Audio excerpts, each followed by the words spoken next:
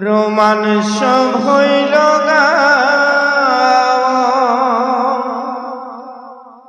মায়ায় বান্ধন্ত ভক্তি মাতৃমেলাবন্ত দোহান মধ্যস্থ ভাবে আশা ভগবন্ত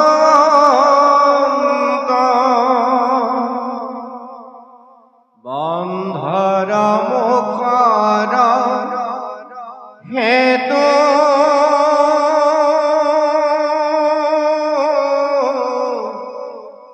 দেখি ব্যাঘরি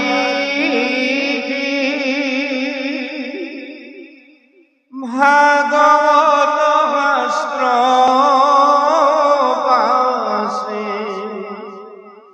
করিলা হরি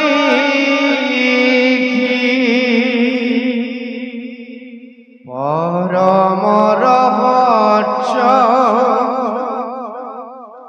মহা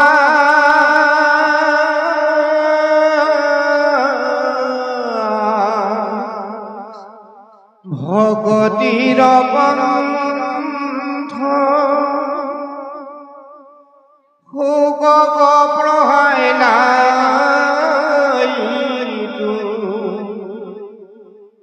ভাগবত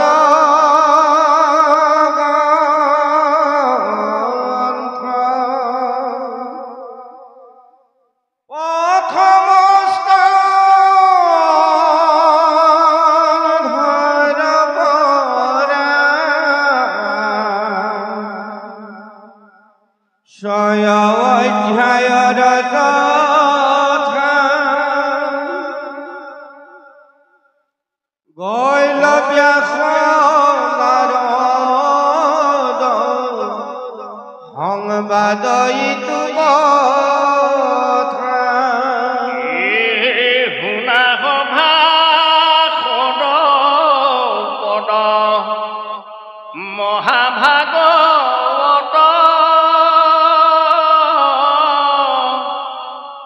পুৰাণৰ সূৰ্য শাস্ত্ৰ শুনিও মহত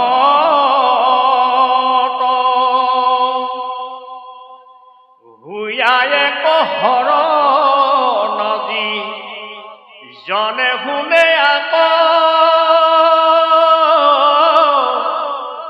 পাৱ পৰ পদ সুখে নিস্তৰে মায়া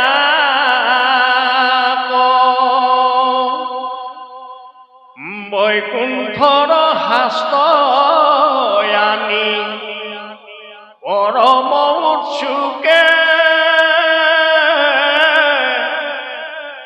সংসাৰিক কৰি কৃপা ৰচাৰিলা সুকে জানিয়ে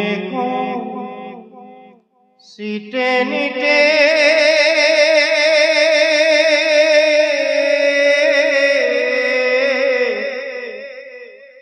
শুনা কৃষ্ণ কথা ইহেন মনুষ্য জন্ম নকৰিও বৃথা বিজুলি সম যেন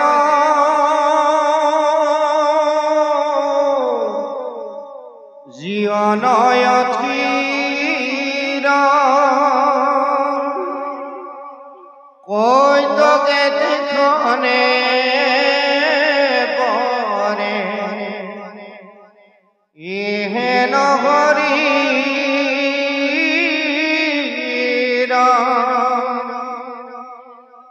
প্ৰাণবন্ধু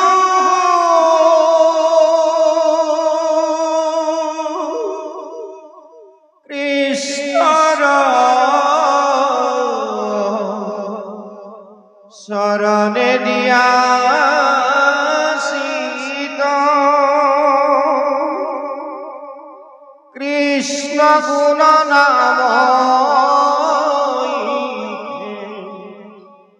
পৰলোক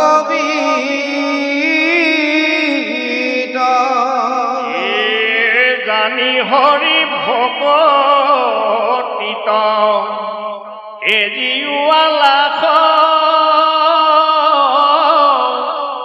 আৰু কি মনুষ্য হুইবা এৰাইটো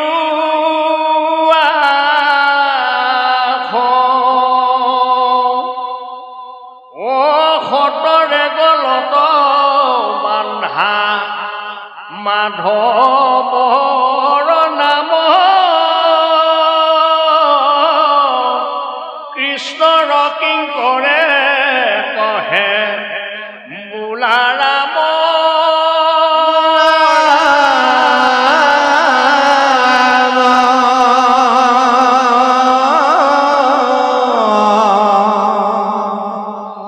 কৃষ্ণ হৰি ৰাম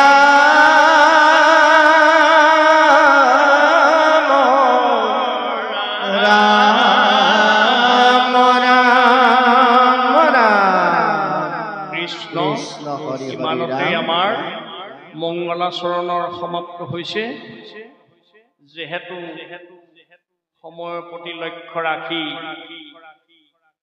আমাক যি আহ্বায়ক সমিতিৰ সিদ্ধান্ত সেই সূত্ৰে আমি দশম স্কন্ধ আদি চোৱা পৰা আৰম্ভ কৰি শেষ দশম আৰু দ্বাদশ পৰ্যন্ত শেষ কৰাৰ বিধান দিছে। ইয়াৰ মাজত আমি কিছু এৰিব লাগিব।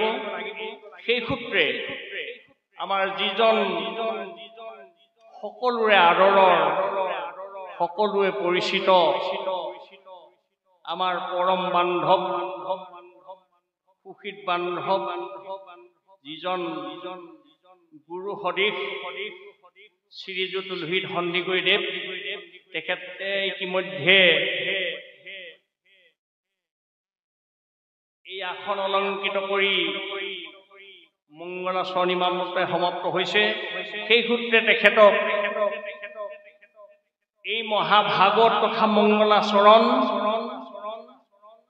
তাৰ বিষয়ে আমি ক'বৰ বাবে তেখেতক অনুৰোধ জনাইছো।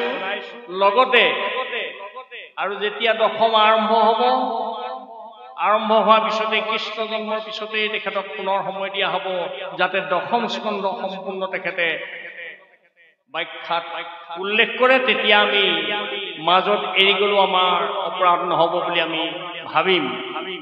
নহ'লেতো মাজতে জপিয়াই দিয়াটো সম্ভৱ নহয়।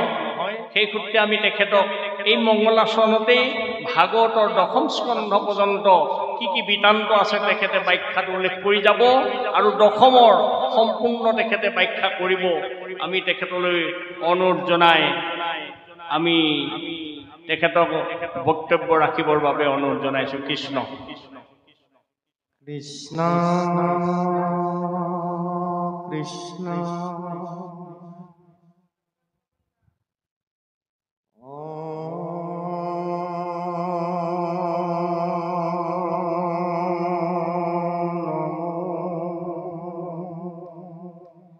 ভগবতী বাসুদেবায়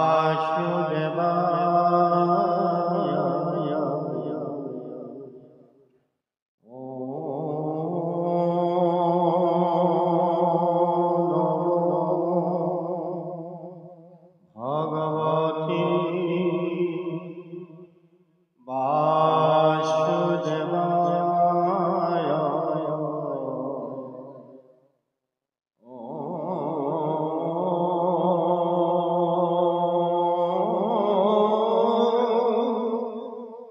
নমো ভগবতে বাসুদেবায়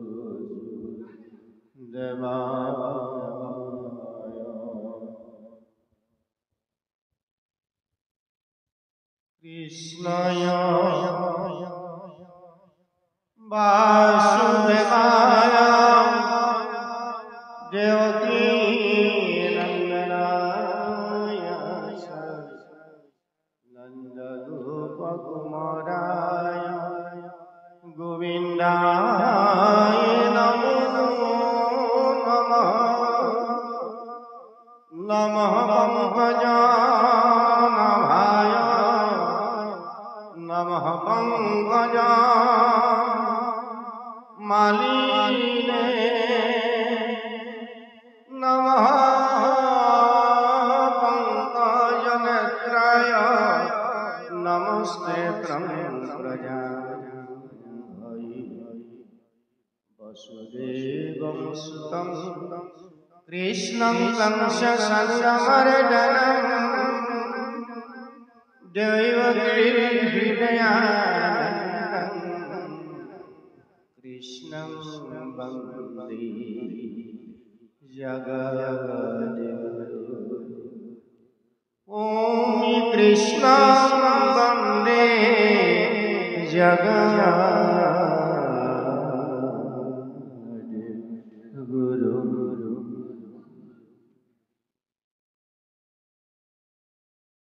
जय जय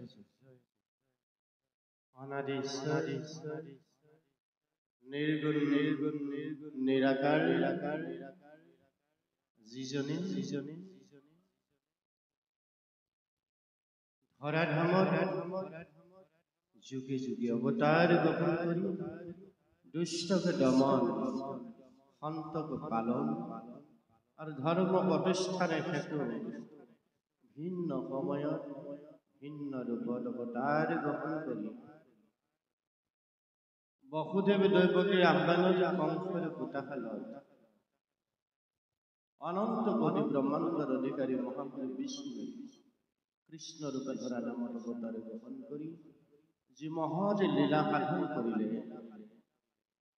সেইজন परम ब्रह्म परमेश्वर आमार सकलोरे निरंतर पालक संहारक সেইজন परम पितार परमेश्वर शरण हृदयर निर्भीत पुनर भक्ति अंजलि जय जय समर्पण करा হৈছে সবার ফিরত তেরাই কৃপা বলিখন করক কর্মর সম্পূর্ণ ফল বিধান করা কৃষ্ণ কৃষ্ণ হরিরাম দ্বিতীয়তে যিজন গুরুর গুরু পরম গুরু কৃপালু গুরু জগৎ গুরু কলিযুগর এক হরণ হরিনাম ধর্মর प्रवर्तक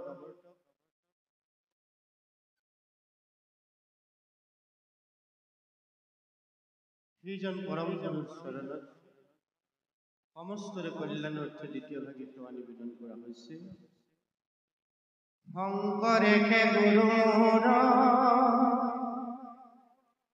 प्रियतम आत्महरि शंकरत बिने नाहिया इहकाले परकाले शंकरे हे गुरुमुर शंकर स्मरि जप प्राण शंकर स्मरि जप प्राण कृष्ण गुरु शंकर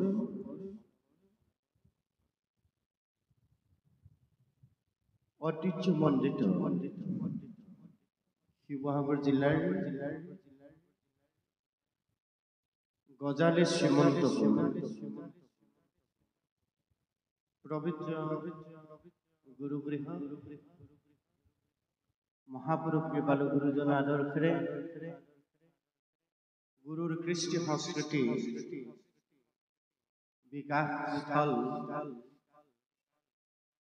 শ্ৰীমন্তপুৰ নামঘৰ কলাগোষ্ঠী বিকাশ কেন্দ্ৰ গজালি এই পৃথস্থানত তিনিদিনীয়াকৈ মোৰ প্ৰাণবন্ধু কৃষ্ণদেৱৰ পৰম মংগলময় বাগ্ময় মূৰ্তি শ্ৰীমদ ভাগৱত পাঠ আৰু পৰ্যালোচনা এক সুন্দৰ অনুষ্ঠান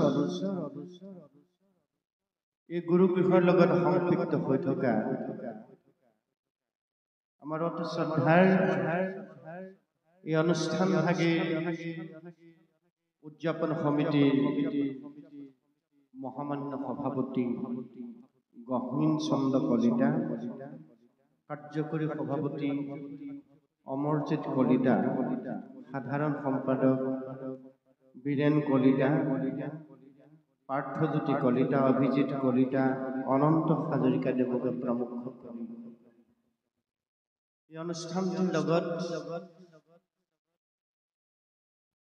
আৰ্থিক, কায়িক, মানসিক সৰ্বতোপ্ৰকাৰে আন্তৰিকতাপূৰ্ণ সহযোগিতা আগবঢ়োৱা এই গাঁৱৰ উদযাপন সমিতিৰ সমূহ বিষয়ববীয়া সদস্য আই মাতৃ যুৱ বন্ধুসকল, আপোনাসবক জয় জয় এই কাৰণে ধন্যবাদ জ্ঞাপন কৰিছোঁ। শ্ৰীমদ ভাগৱত কেৱল মাত্ৰ আপোনাসবে অবিৰতভাৱে পাঠ কৰিব লাগে কাৰণেই পাঠ কৰি নগৈ তাৰ লগত এক পৰ্যালোচনা সংযোগ কৰিলে ই আজি আমাৰ উঠি অহা যুৱ প্ৰজন্মৰ কাৰণে অতিব প্ৰয়োজন আৰু অতি বাস্তৱ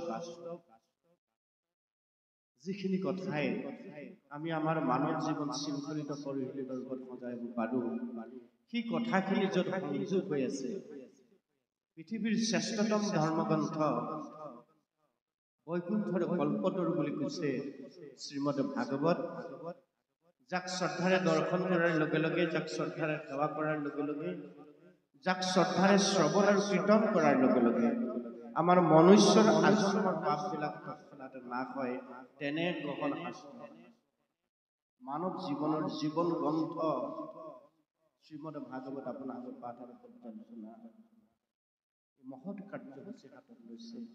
তাৰ কাৰণে সন্মানীয় সভাপতি সম্পাদককে প্ৰমুখ কৰি এই অনুষ্ঠানটি যিসকল পুৰুষা ব্যক্তিৰ মন মগজুত অংকুৰিত হৈছিল তেখেতলোকৰ সেই পৰম মহৎ চিন্তাক আমি অন্তৰৰ শ্ৰদ্ধা জনাইছোঁ। আপোনাসবক ভগৱন্তই পৰমায়ু প্ৰদান কৰক। আপোনাসবৰ যি উদ্দেশ্য লক্ষ্য সেই উদ্দেশ্য সফল কামত মহাপ্ৰভু গোবিন্দই আপোনাসবৰ সাৰথি হওক। এই অনুষ্ঠানটিলে যিকেইগৰাকী পুৰুষা ব্যক্তিক আপোনাসবে আমন্ত্ৰণ কৰি আনিছে তাৰ ভিতৰত ভাগৱত পাঠ আৰম্ভৰ আগমুহূৰ্তত পূৰ্ণকৃষ্ণ ভগৱন্তৰ যিখানি পৰম মংগলময় নাম ইয়াত চৈতন্য খানি কৰিলে আমাৰ অতি শ্ৰদ্ধা অহিত গুৰুতুল্য ৰাম মহন্ত প্ৰভুজনা বাঁ জেঙনি সত্ৰ এলেঙি খুব সুন্দৰভাৱে তেখেতসকলে আমাক ভগৱন্তৰ গুণনামেৰে অন্তৰ আত্মাত ভগৱন্ত বস্তুক জাগ্ৰত কৰিলে। সেইজনা এলেঙি সত্ৰৰ সত্ৰীয়া পৰম শ্ৰদ্ধাৰ ৰাম মহন্ত প্ৰভুৰ চৰণত আমাৰ ভক্তিৰ সেৱা নিবেদন কৰিছোঁ। ভগৱন্তই পৰমায়ু প্ৰদান কৰক। এইদৰে গুৰু ধৰ্ম প্ৰচাৰ প্ৰসাৰত যাতে আত্মনিয়োগ কৰি থাকিব পাৰে। আমাৰ মাজত আপোনাসবে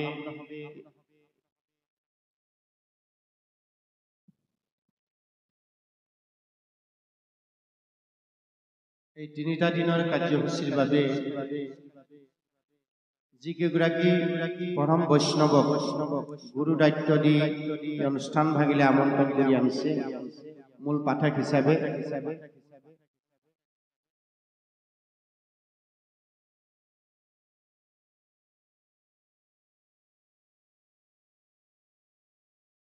পৰম শ্ৰদ্ধাৰ নামাচাৰ্য তথা মূল পাঠক শ্ৰীযুত ৰাম মহন্ত প্ৰভু,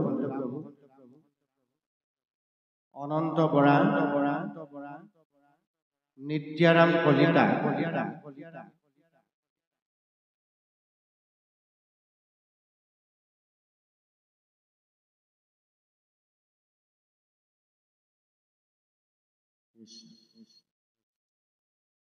ধৰ্মেশ্বৰ কলিতা, ললিত হাজৰিকা, লগতে আমাৰ অতি সুহৃদ অভিন্ন আত্মাস্বৰূপ অনিল বৰুৱা প্ৰভুজনা আমাৰ কাষতে পাঠৰ আসন অলংকৃত কৰি আছে। আমি বহু অনুষ্ঠান তাৰ লগত একেলগে কৰা সৌভাগ্য হৈছে। এগৰাকী সুন্দৰ কণ্ঠৰ অধিকাৰী, সুন্দৰ নামাচাৰ্য, পাঠাচাৰ্য বৰুৱা প্ৰভুৰ চৰণলৈ আমাৰ সেৱা নিবেদন কৰিছোঁ। কেওগৰাকী মূল আচাৰ্যৰ চৰণলৈ আমাৰ সেৱা নিবেদন কৰিছোঁ। ইতিমধ্যে একালত আমি একেলগে ডিমৌ নিতাই পুখুৰী অঞ্চলত শিৱসাগৰ জিলাৰ বিভিন্ন স্থানত অবিৰত ভাগৱত পাঠ মূল পাঠকৰ আসন অলংকৃত কৰিছিলোঁ। আমাৰ লগত সহযোগী হিচাপে প্ৰত্যেক মুহূৰ্তেৰে গাৰ ছাৰ দৰে আছিল। আপোনালোকে ইয়ালৈ আমন্ত্ৰণ কৰি অনা আমাৰ অতি মৰমৰ তথা শ্ৰদ্ধাৰ অনন্ত বৰা প্ৰভুজনা গায়ন গাঁও, তেখেতৰ শাৰীৰিক অসুস্থতা, তেখেত তথাপি আপোনালোকৰ মাজত আহি উপস্থিত হৈছে। আমি তেনাৰ সুস্বাস্থ্য দীৰ্ঘায়ু মহাপ্ৰভু গোবিন্দৰ চৰণে কামনা কৰিছোঁ। আপোনাভাৱে একাজলি আশীষ প্ৰদান কৰিব। তেতিয়া আপোনাসকলৰ বজ্ৰবাক্যৰ যোগেদি ভগৱন্ত মহাপ্ৰভুৱে তেখেতৰ অসুস্থ শৰীৰ যাতে সুস্থ কৰি দিয়ে, তাৰ কাৰণে আমি সমস্তজনে এষাৰি আশীষ ভগৱন্তৰ চৰণত জনাব বিচাৰিছোঁ। সকলোৱে সহযোগিতা দিব। কৃষ্ণ হৰি হৰি বৰা প্ৰভুজনা সোনকালে আৰোগ্য হৈ উঠক। সমস্ত জনলৈ আমি আমাৰ মান্য লোকৰ শ্ৰদ্ধা সেৱা নিবেদন কৰিছোঁ। পূব পশ্চিম উত্তৰ দক্ষিণ কেওটো দিশৰ পৰা আহি আজি গজালি শ্ৰীমন্তপুৰ নামঘৰ তথা কলাকৃষ্টি বিকাশ কেন্দ্ৰ আপোনাসকলৰ পদধূলিয়ে দ্বিতীয় বৈকুণ্ঠলৈ পৰ্যবেক্ষিত কৰা মোৰ পিতৃতুল্য দেউতাসকল, মাতৃতুল্য আইসকল, অগ্ৰজসকল, সুখীদী বন্ধুসকল আৰু দেশৰ ধৰণীশ্বৰত কণ কণ শিশুসকল, সবাৰো চৰণত মান্য লোকেৰে আমাৰ শ্ৰদ্ধা ভক্তি সেৱা তথা মৰম জ্ঞাপন কৰিছোঁ। আমাকে যি গুৰু দায়িত্ব দি আপোনাভাৱে এই মহৎ অনুষ্ঠানলৈ আমন্ত্ৰণ কৰি আনিছে, আমি সিমানৰ পাত্ৰ নহয়। আমি আৰম্ভণিতে কৈছোঁ, ভাগৱত এনে এখন গহন শাস্ত্ৰ, এই গহন শাস্ত্ৰ ইয়াক সাগৰৰ লগত তুলনা কৰা হৈছে। তেহনয় বাগ্ময় মূৰ্তি পটস্যাবৰ্ততে হৰে শ্ৰৱণাথ সদনাথ পাঠাত দৰ্শনাতে পাপন আছেনি। এনে গহন শাস্ত্ৰ, এনে সমুদ্ৰ, ইয়াৰ এটুপি জল খোৱাৰ সামৰ্থ্য আমাৰ নাই। তথাপি খুব কম সময়ৰ পৰা আমি ভাগৱতৰ লগত জড়িত হৈ ভাগৱতৰ মাজৰ পৰা আমিনো কথাবোৰ কেনেকৈ অনুভৱ কৰিছোঁ, ভাগৱতেনো আমাৰ মানৱ জীৱনকলৈ কোনখিনি কথা বিশেষভাৱে গুৰুত্ব প্ৰদান কৰিছে, তাৰে দুই চাৰিটি কথা আমি আপোনালোকৰ লগত মত বিনিময় কৰিম। মোৰ দেউতা সকলক, আইসকলক, মাতৃতুল্য আইসকলক, আমাৰ অগ্ৰজসকলক ভাগৱতৰ শিক্ষা দিবৰ কাৰণে আমি ধৃষ্টতা নকৰোঁ। আমাৰ যিসকল যুৱবন্ধু আছে, কণ কণ শিশু আছে, আমি তেখেতসকলক উদ্দেশ্যি মাত্ৰ দুই চাৰিটি কথা মত বিনিময় কৰিম। আশা কৰিম যে আপোনাভাৱে আমাৰ এই আলোচনাত আন্তৰিকতাপূৰ্ণ সহযোগিতা আগবঢ়াব। কোনোবা এখিনি যদি আমাৰ কথাৰ মাজত কেতিয়াবা নক'ব লগা বা নবলবলগীয়া বচনো ওলাই যায়, গঢ়াটোতা হয়, সৰ্বদোষ সৰ্ব অপৰাধ আপোনালোকৰ পুত্ৰবধ জ্ঞান কৰি, ভাতৃবধ জ্ঞান কৰি আপোনালোকে আমাক ক্ষমা দিব। এই আশাৰে আমি ভাগৱতৰ পৰ্যালোচনাৰ মাজলৈ আগবাঢ়িব বিচাৰিছোঁ। সকলোৰে চৰণত পুনশ্চ সেৱা জনাইছোঁ। যে আপোনাসৱে মৌনতা যাতে অৱলম্বন কৰে, কাৰণ যদি ভাগৱত কথা শ্ৰৱণ কীৰ্তন হৈ থাকে, তাত যদি আমি অন্য কথা পাতি থাকোঁ, তেতিয়াহ'লে পাতি থকা সকলৰ অসুবিধাটো আহিবই। যিসকলে ভাগৱত কথা শুনিম বুলি শ্ৰদ্ধা সহকাৰে ঘৰৰ দহোবন কাটি কৰি আহি ইয়াত উপবিষ্ট হৈছে, সেই সকলৰ অসুবিধা হ'ব। আৰু যিসকলে অন্যত মনস্ক হৈ থকা পৰিৱেশৰ মাজত ভাগৱত কথা আলোচনা কৰে, সেইজনেও ৰৌ নৰকত পৰিব লাগে। ৰৌ নামৰ এখন নৰক আছে, সেই নৰকত গৈ তেওঁ জ্বালা যন্ত্ৰণা ভোগ কৰিব লাগে। গতিকে খুব সাৱধান। আমি যিকণ সময় গুৰুগৃহত থাকিম, সেইকণ সময় যাতে বিষয়ৰ কথাৰ পৰা অলপ নিজক আঁতৰাই ৰাখি ঈশ্বৰ কৃষ্ণৰ কথাত আমাৰ দেহ মন প্ৰাণ যদি আমি সমৰ্পণ কৰি দিব পাৰোঁ, তেতিয়াহ'লে ভগৱন্ত কৃষ্ণই কৈছে, সেইজনক মই মহাবৈকুণ্ঠৰ পৰা যোগীৰ হৃদয়ৰ পৰা গৈ সেইজন ভক্তক চতুৰ্ভুজ ৰূপে মোৰ মহাগুৰুক ধামলৈ মই উদ্ধাৰ কৰি লৈ আহোঁ। নাহং কৃষ্ণামি বৈকুণ্ঠে যোগিনাং হৃদয় নশ্ৰ মদ ভক্ত যত্ৰ গায়ন্তি তত তিষ্ঠামি নাৰদ। নাৰদত বিষ্ণু আচন্ত কৈ বৈকুণ্ঠত মই নাথাকোঁলৈ যোগীৰ ক্ষীৰাৰী সমুদায় থাকোঁ ভকতৰ কীৰ্তন চাই। আজি দ্বিতীয় বৈকুণ্ঠ ভক্ত ভগৱন্তৰ মিলন ক্ষেত্ৰ গজালি শ্ৰীমন্তপুৰ নামঘৰ উদযাপন সমিতিয়ে মহাপ্ৰভু ভগৱন্তক মহাবৈকুণ্ঠৰ পৰা নমাই আনি গজালি শ্ৰীমন্তপুৰ নামঘৰ প্ৰতিষ্ঠা কৰিছে। আপোনাসৱ আমি সকলোৱে ভগৱন্তৰ চৰণৰ যোগেদি আমাৰ জীৱনৰ সঠিক ৰাস্তা আমি লৈ ল'ব পাৰিম। গতিকে প্ৰভু সমস্তাই মাতৃসৱ, আমি যাতে মৌনতাৰে খুব সুহৃদয়তাৰে আন্তৰিকতাৰে ঈশ্বৰ কৃষ্ণত নিজক সমৰ্পণ কৰি দিওঁ, আমি তাকে কামনা কৰিছোঁ। প্ৰথমতে কোৱা হৈছে যে শ্ৰীমদ ভাগৱত। আমি মংগলৰ চৰণলৈ যোৱাৰ আগতে শ্ৰীমদ ভাগৱত এই যে শব্দটো আমাক দিলেই আৰম্ভণিতে, তাৰ অৰ্থটো কি? শ্ৰীমদ ভাগৱতৰ সৰল অৰ্থটো কি আমি তাকে জানি ল'ব লাগিব। তাৰ আগত আমাৰ মুখ্য আচাৰ্য প্ৰভুজনাই ভাগৱত মূৰ্তি বৰ্ণনা কৰিলে যে প্ৰথম দ্বিতীয় স্কন্ধে চৰণ দুটয়, তৃতীয় চতুৰ্থ যাৰ উৰুদয়,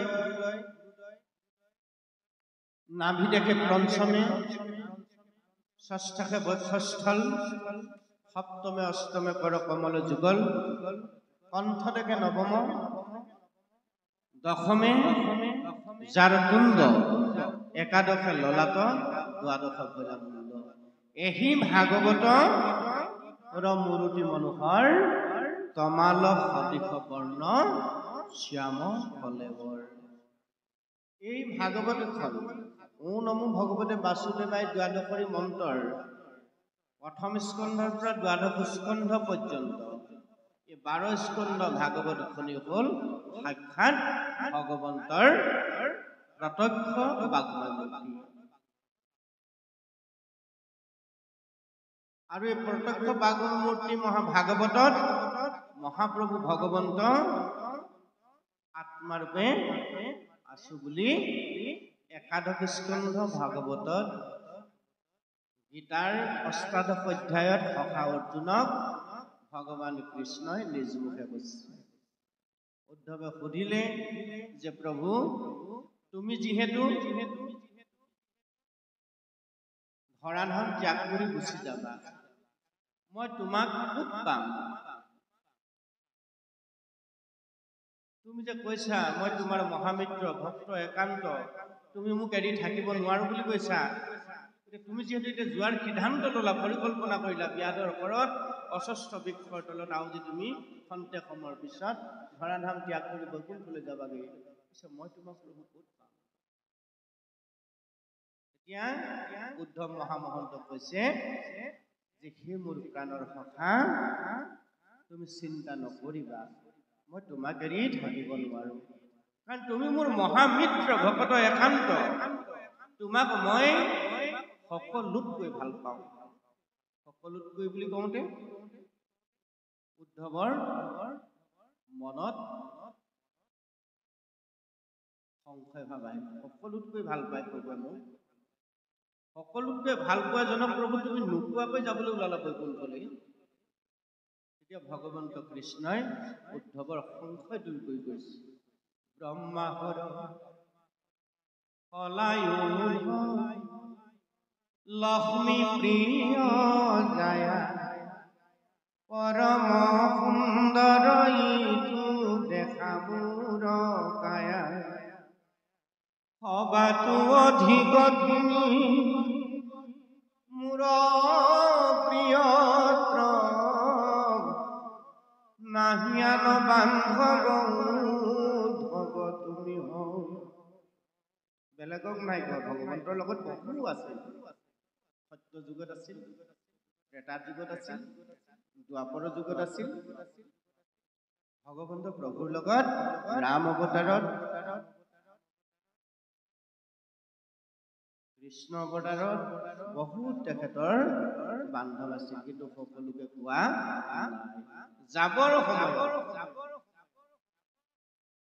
উদ্ধৱ মহামহন্তক মূল কথাখিনি কৈ থৈ গৈছে যে ব্ৰহ্মা সৃষ্টিকৰ ব্ৰহ্মা বিষয়ে তুমি জানা সংহাৰকাৰী ৰুদ্ৰ হৰৰ বিষয়ে তুমি জানা ব্ৰহ্মা হৰ হলায়ু বলোৰাম মোৰ দাদা প্ৰিয় দাদা যি মোৰ লগত সৰ্বক্ষণে গাৰ চৰাৰ দৰে আছে হলায়ুধ বলোৰাম ব্ৰহ্মা হৰ হলায়ুধ আৰু জগত মাতা লক্ষ্মী মোৰ পৰম সুবিধ জায়া মোৰ অৰ্ধাংগিনী জগতৰ মাতৃ লক্ষ্মী আৰু যে মোৰ সুন্দৰ যিটো দেহ তুমি দেখিছা যিটো দেহ খাওঁতে শুওঁতে উঠোতে বহুতে সকলো সময়তে তোমাৰ লগত আছিল এই সুন্দৰ দেহটোতকৈ তুমি মোৰ প্ৰিয় যিটো দেহ দৰ্শনৰ কাৰণে যোগীসকলে যুগ যুগ সাধনা কৰে মহাভক্তসকলে তপ ব্ৰত ধ্যান কৰে নিত্য মোৰ চৰণ সেৱা কৰে যিটো হৰি দৰ্শন পাবৰ কাৰণে সেইটো সৰ্বক্ষণে তোমাৰ লগতে আছে তুমি সৰ্বক্ষণে তাক পাই আছা এই হৰিটোতকৈ তুমি মোৰ প্ৰিয় সুহী সখা মিত্ৰ গতিকে সেই উদ্ধৱ তুমি কোনো চিন্তা আৰু দুখ নকৰিবা ব্ৰহ্মা হৰ হলায়ুধ লক্ষ্মী প্ৰিয় জায়া পৰম সুন্দৰ দশাই মোৰ কায়া সবাতো অধিক তুমি মোৰ প্ৰিয়ত্ব এই সকলো কিতাতকৈ তুমি মোৰ প্ৰিয় নাহিয়ান বান্ধৱ তুমি মোৰ অন্য বান্ধৱৰ দৰে নহয় অন্য সকলোতকৈ প্ৰিয় বান্ধৱ তোমাতকৈ আৰু প্ৰিয় সখা মোৰ কোনো নাই নাহিয়ান বান্ধৱ উদ্ধৱ তুমি তোমাৰ সমান কোনো নাই ভগৱন্ত এতিয়া কাক ভাল পায় প্ৰিয় শহীদ সখাকহে ভগৱন্তই ভাল পায় গতিকে আমি এতিয়া কি কৰিব লাগিব ভগৱন্তৰ প্ৰিয় হবৰ কাৰণে যত্ন কৰিব লাগিব তেতিয়া ভগৱন্তে আমাক ভাল পাব উদ্ধৱৰ দৰে সখা অৰ্জুনৰ দৰে সমস্ত লোকক মুক্তি দিবাৰ কাৰণে ধৰন্ত বিবিধ লীলা নাথ নাৰায়ণে সমস্ত লোকক এদিন মুক্তি দিব এই সংসাৰ হাৰি যোৱাৰ ব্যৱস্থা দিব সেইকাৰণে বিভিন্ন সময়ত ভিন্ন ৰূপত ভগৱন্ত প্ৰভুৱে এই সংসাৰত লীলা অৱতাৰ ধাৰণ কৰিছে সেইজন অনাদিশ্বৰ কৃষ্ণ দৈৱকী নন্দন কৃষ্ণ সেইজন কৃষ্ণ আমাৰ সকলোৰে উপাস্য তত্ত্ব এই কথাটো কিন্তু আমি দৃঢ় আৰু খাটাং কৰি ল'ব লাগে দৃঢ় হলেই নহব তাক সুদৃঢ় কৰিব লাগিব যেতিয়া আমি সুদৃঢ়ভাৱে সেইজন কৃষ্ণ যিজন কৃষ্ণ প্ৰথম স্কন্ধৰ পৰা দ্বাদশ স্কন্ধলৈ আমাক সুন্দৰ এটা কলেবৰৰ যোগেদি দৰ্শন দিলে সেইজন কৃষ্ণ সাক্ষাৎ দৈৱকী নন্দন সেইজন কৃষ্ণ অনন্ত কোটি ব্ৰহ্মাণ্ডৰ অধিকাৰী সেইজন কৃষ্ণ হৰিৰ নশ্বৰদেহ ত্যাগ কৰি বাগ্ময় ৰূপে কথা ৰূপে ভাগৱতৰ মাজত আছো বুলি উদ্ধৱ মহামহন্ত আৰু একাদশ কি কয় তাৰ অষ্টাদশ অধ্যায়ত প্ৰিয় সখা অৰ্জুনক কৈ থৈ গৈছে যে ত্ৰিউধায় অৰ্ণবিষ্ণুহম মই ত্ৰিউধায় কৰিম পুনৰ প্ৰৱেশ কৰিম ক'ত ভাগৱত অৰ্ণৱ মানে হ'ল সাগৰ সমুদ্ৰ ত্ৰিউধায় অৰ্ণবিষ্ণুহম ভাগৱত অৰ্ণৱম হে সখা উদ্ধৱ মই এই শৰীৰ ত্যাগ কৰিম সঁচা মই কিন্তু লগে লগে প্ৰৱেশ কৰিম ক'ত ভাগৱতৰ মাজত কেনেদৰে তেনে বাঘময় মূৰ্তি, বাঘ মানে কথাৰ মূৰ্তি, শব্দৰ যি গাঁথনি, মোৰ নামেৰে যাক মালা গাঁঠি ৰখা সেই ভাগৱত মূৰ্তিৰ মাজত মই প্ৰৱেশ কৰিম। তেনে বাঘময় মূৰ্তি প্ৰত্যক্ষাৱৰ্তনে হৰে, মই তাক প্ৰৱেশ কৰাৰ লগে লগে লোক সমস্তৰ সেই দুখবিলাক পাপবিলাক মই হৰণ কৰি লৈ যাম। কেতিয়া নিব? যেতিয়া আমি তাক শ্ৰদ্ধাৰে দৰ্শন কৰিম। তেনে বাঘময় মূৰ্তি প্ৰত্যক্ষাৱৰ্তনে হৰে শ্ৰৱণাত, শ্ৰৱণ কৰাৰ লগে লগে আপোনালোকে অনুষ্ঠান পাতিছে, পাঠ হৈছে, আপোনালোকে শ্ৰৱণ কৰিছে। এই শ্ৰৱণৰ যোগেদি আমাৰ মনৰ মলবিলাক ভগৱন্তই দূৰ কৰি দিব। শ্ৰৱণাত, সেৱনাত, সেৱাৰ যোগেদি আপোনালোকে ধূপ ধূনা তেল বন্তি দি তাত সেৱা কৰিছে ভাগৱতক, নাই কৰা নে?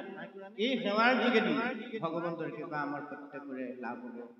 সেৱনাত, পাঠাত আমাৰ পাঠকসকলে যে পাঠ কৰিছে, মূল পাঠকসকল যে আপোনালোকে আমন্ত্ৰণ কৰি আনিছে, এই 3 দিনত যে ভিন্নজনে এই আসনত উপবিষ্ট হৈ কৃষ্ণ কথা চৰ্বিত শ্ৰৱণ কীৰ্তন কৰিব, এই কীৰ্তনৰ যোগেদি, পাঠৰ যোগেদি, পাঠাত আৰু দৰ্শনাত, এই যে মূল ভাগৱতৰ ভাগৱত প্ৰতিষ্ঠা কৰি ৰখা হৈছে সপ্ত বৈকুণ্ঠ, তাক যিসকলে শ্ৰদ্ধাৰে দৰ্শন কৰিছে, সপ্ত বৈকুণ্ঠৰ সন্মুখত দুভাগ বাঘময় মূৰ্তি ভাগৱত চৈতন্যখানি কৰি ৰখা হৈছে, অহনিকে চৈতন্য হৈ থাকিব। তাক যি শ্ৰদ্ধাৰে দৰ্শন কৰিব, শ্ৰদ্ধাৰে সেৱা কৰিব, পাৰিলে অকণমান পাঠ কৰিব, সেইসকলৰ আজন্মৰ পাপবিলাক ভগৱন্তই তৎক্ষণাতে নাশ কৰি লৈ যাওঁ বুলিছে। তেনে বাঘময় মূৰ্তি প্ৰত্যক্ষাৱৰ্তনে হৰে শ্ৰৱণাত, সেৱনাত, পাঠাত, দৰ্শনাত পাপ নাশী। এনে কহন শাস্ত্ৰই হ'ল শ্ৰীমদ ভাগৱত। এইখন সমুদ্ৰ বুলি ক'লে, সাগৰত যেনেকৈ পাৰাপাৰ নাই, ভাগৱতৰ জ্ঞান আমি লৈ শেষ কৰিব পৰাকৈ আমাৰ এই সৰু টেমাটোত ভগৱন্তই ইমান শক্তি দি থোৱা নাই। কিন্তু আমি যিমান পাৰোঁ জীৱনৰ কাৰণে প্ৰয়োজনীয় ভাল ভাল কথাখিনি এই সমুদ্ৰৰ পৰা আমি বুটলি ল'ব লাগিব।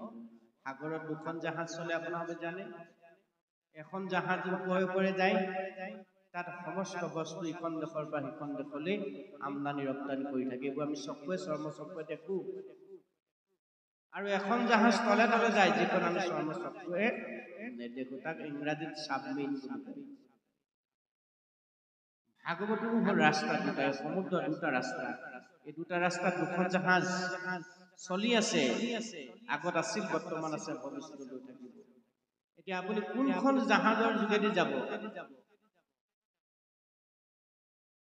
বিচাৰটো আপোনাৰ মোৰ প্ৰত্যেকৰে নিজা নিজা।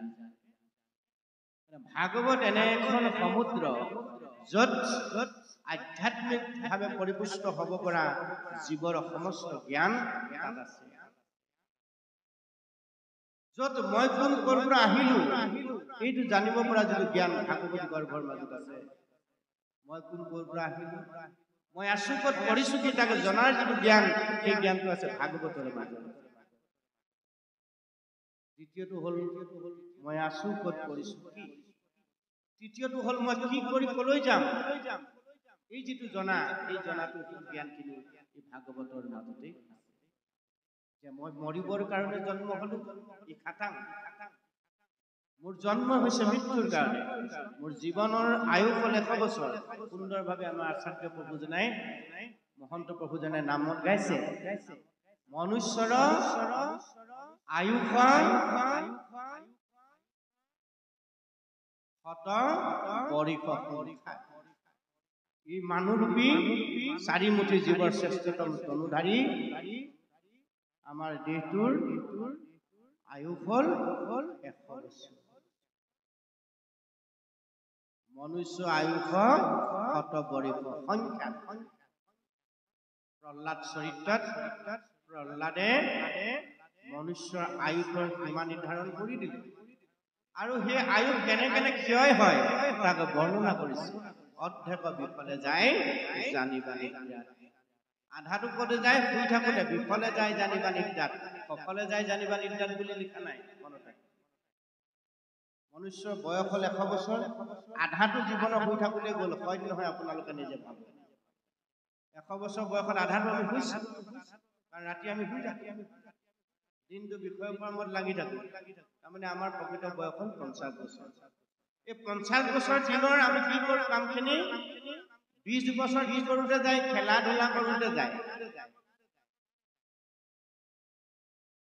বিষয়ৰ লগত লেটি পেটি হৈ খেলা ধূলা কৰোতে ধেমালি ধুমুলাতে আমি 20 বছৰ পাৰ কৰি তাৰমানে জীৱনৰ অলাগতিয়াল কৰ্মত আমি 20 বছৰ লগাই দিওঁ। বৰিব ধনক উপাৰ্জনতে 10 বছৰ যায় ধন উপাৰ্জন কৰোঁ। কাৰণ আমি মানৱ জীৱন যিহেতু ললো, আমি বিষয় সংসাৰী লোক হলো, গতিকে আমাৰ ধন টকা পইচা লাগিব। ধন টকা পইচা উপাৰ্জনৰ কাৰণে আমাৰ 10 বছৰ আয়ুস গুচি যায়। ৰাতি হওক দিন হওক গণনা কৰি দিলে 10 বছৰ ধন উপাৰ্জন কৰোঁতে যায়। 50 বছৰ 20 বছৰ যদি ধেমালিতে গ'ল, 10 বছৰ ধন উপাৰ্জন কৰোঁতে গ'ল, থাকিল কেইবছৰ? 30 বছৰ এইফালে গ'ল, 20 বছৰ থাকিল। এই 20 বছৰ বয়সটো বৃদ্ধকাল আহিল বুলি কৈছে। শেষ বিশ বৰিষ বিংশতি একো কাৰ্য সাধিবাক নাহিকে বৃদ্ধ বয়স হোৱাৰ লগে লগে 100 বছৰীয়া জীৱনৰ একো কাৰ্য আমি সম্পাদন কৰিব নোৱাৰো। কেনেকৈ নোৱাৰো? নামাচাৰ্যই নাম গাওঁতে কৈ গৈছে, কাণেৰে নুশুনা হয়, চকুৱে নেদেখা হয়, মনৰ স্মৃতি নাইকিয়া হয়, কমি যায়, হ্ৰাস পায়, কথাবোৰ মনলৈ ৰৈ নাথাকে আৰু শৰীৰটো লাহে লাহে অৱস হৈ আহে। আগৰ 18-20 বছৰৰ শক্তিটো আমাৰ গাৰ পৰা নাইকিয়া হৈ যায় আৰু আমি আশা কৰি বাট চাই থাকিব লাগে কালৈ?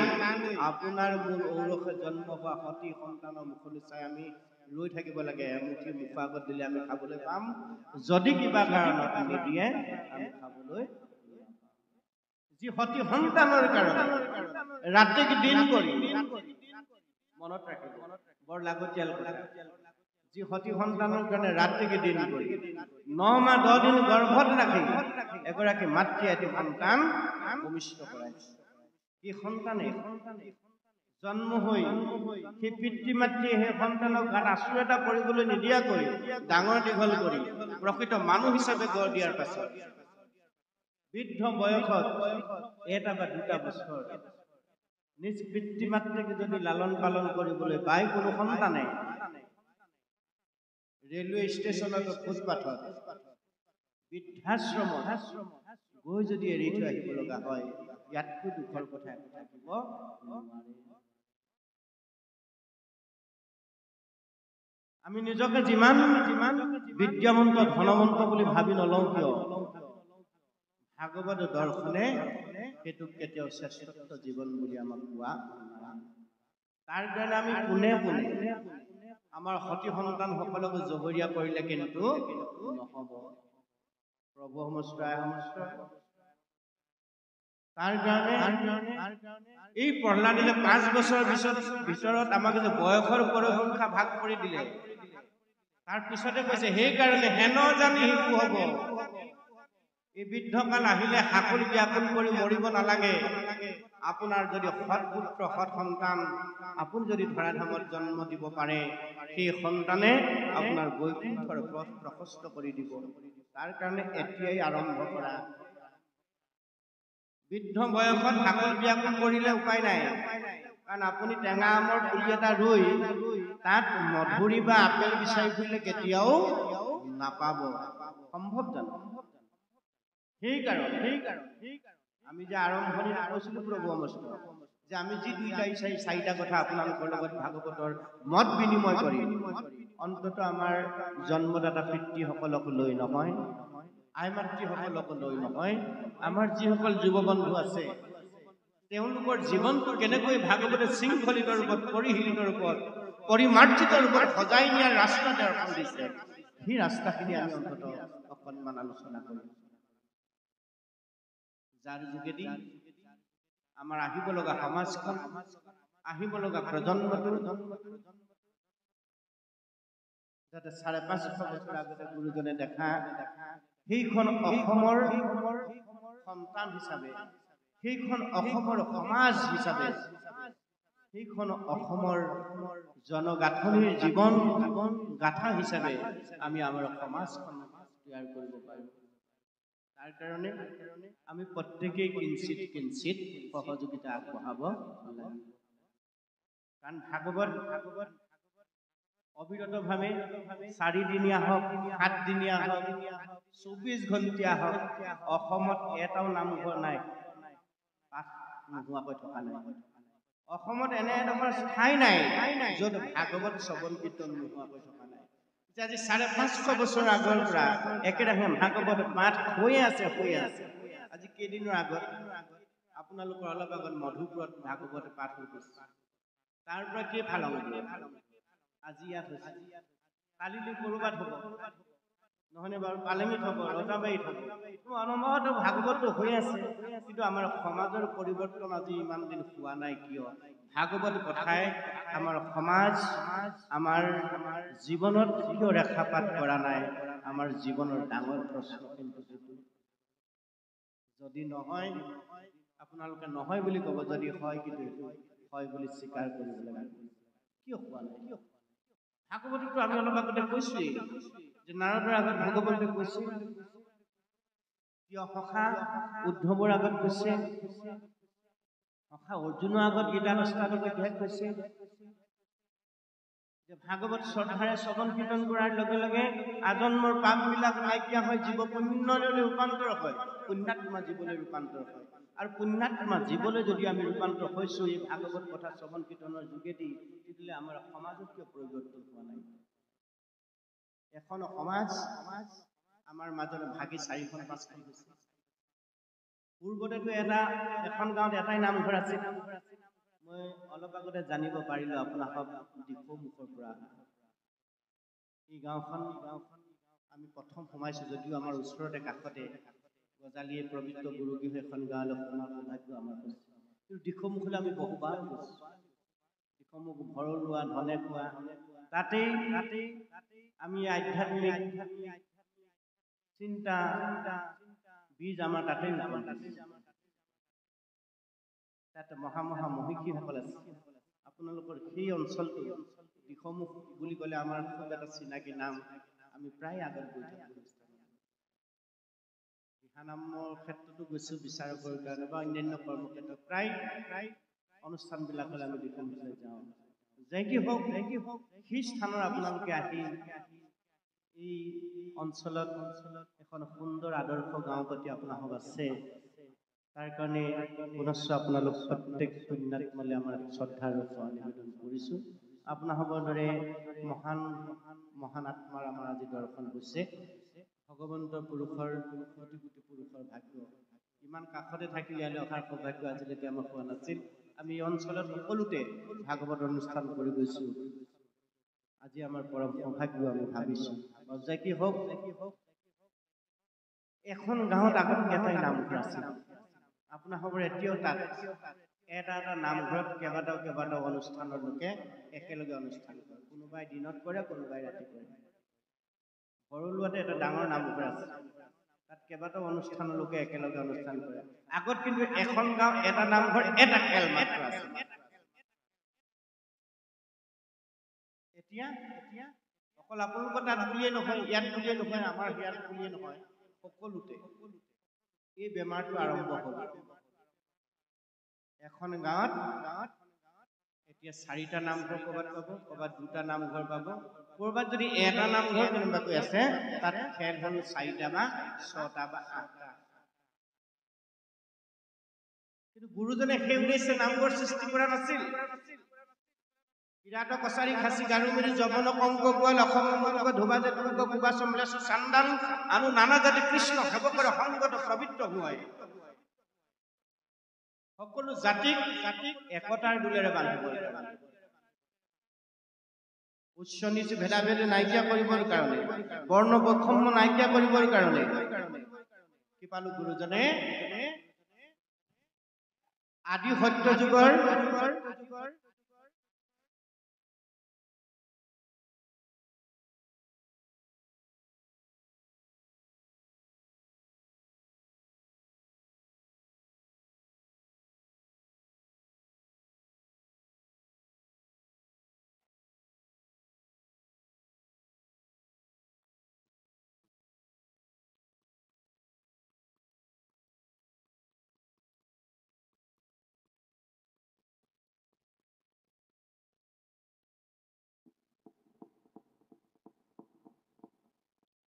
আদি সত্য যুগৰ শুদ্ধ সনাতন ধৰ্ম আগত আছিল সনাতন ধৰ্ম আদি সত্য যুগ তাক মাজতে ঢাকোন দি দিয়া হ'ল দেৱ পূজা প্ৰচলন হ'ল একশৰণ শুদ্ধ সনাতন ধৰ্মত ঢাকোন দিলে সেই ঢাকোন গুচাবৰ কাৰণে কলিত কৃপালু শ্ৰীমন্ত শংকৰদেৱ বৰাৰ মাধৱদেৱ অন্য কোনো নহয় আমাৰ আচাৰ্য মহন্ত প্ৰভুজনে কৈছে যে ত্ৰিভুৱন বন্দনা কৰা দৈৱকী নন্দন কৃষ্ণ জুহৰি মাদল কংস যিজনে কংসক নিধন কৰিলে জগতৰ তাৰণ কাৰক দেৱ নাৰায়ণ সেইজন অনাদি ঈশ্বৰ মহাহৰি বিষ্ণু দৈৱকী নন্দন কৃষ্ণ কলিত শংকৰ ৰূপে অৱতাৰ কাৰণ দেৱ নাৰায়ণ শংকৰ শংকৰ পৰম কৃপালু গুৰুজন সেই অনাদি ঈশ্বৰ কলিত ধৰাধামত অৱতাৰ গ্ৰহণ কৰিলে হলায়ুধ বলোৰাম দাদা আমি যে অলপ আগতে পাতিছিলো ব্ৰহ্মাসুৰ হলায়ুধ বলোৰাম মাধৱ ৰূপে এই ধৰাধামলৈ আহিলে আদি সত্য যুগতে ইয়াৰ বিধি নিৰূপণ কৰিছে এই কথাখিনি প্ৰয়োজনত আমি আপোনালোকৰ লগত আলোচনা কৰিম গতিকে সেইজন গুৰুৱে দিয়া এই অমূল্য সম্পদ আমি ইয়াক শুদ্ধ ৰূপত আমাৰ উঠি অহা প্ৰজন্মৰ মাজলৈ যদি আমি আগবঢ়াই লৈ যাবলৈ বিচাৰো তেতিয়াহ'লে আমাৰ মাজত ভাগৱত ধৰ্ম আপুনি আচৰণ কৰিলে হ'ল প্ৰহ্লাদে কৈছে নহয় হেন জানি শিশু হ'ব এৰা কৰ্ম অন্য কৰ্ম কথা বাদ দি দিয়া কৰিও কুমাৰৰ কালে ভাগৱত ধৰ্ম কুমাৰ কালৰ পৰাই গ্ৰহণ কৰা ভাগৱত ধৰ্ম গ্ৰহণ কৰিলে কি হ'ব জীৱন শৃংখলিত হ'ব প্ৰথম মনত ৰাখিব ভাগৱত ধৰ্ম গ্ৰহণ কৰিলে কি হ'ব জীৱন পৰিমাৰ্জিত হ'ব ভাগৱত ধৰ্ম গ্ৰহণ কৰা ভাগৱত ধৰ্ম গ্ৰহণ কৰিলে কি হ'ব মই কোন ক'ৰ পৰা আহিলো তাকে জানিব ভাগৱত ধৰ্ম গ্ৰহণ কৰা ভাগৱত ধৰ্ম কুমাৰ কালত গ্ৰহণ কৰিলে কি হ'ব মই আছো ক'ত কৰিছো কি তাকে জানিব ভাগৱত ধৰ্ম আচৰণ কৰিলে কি হ'ব মই কি কৰিলে কলৈ যাম তাক উপলব্ধি অনুভৱ কৰিব পাৰিব ভাগৱতৰ দৰ্শনটি হ'ল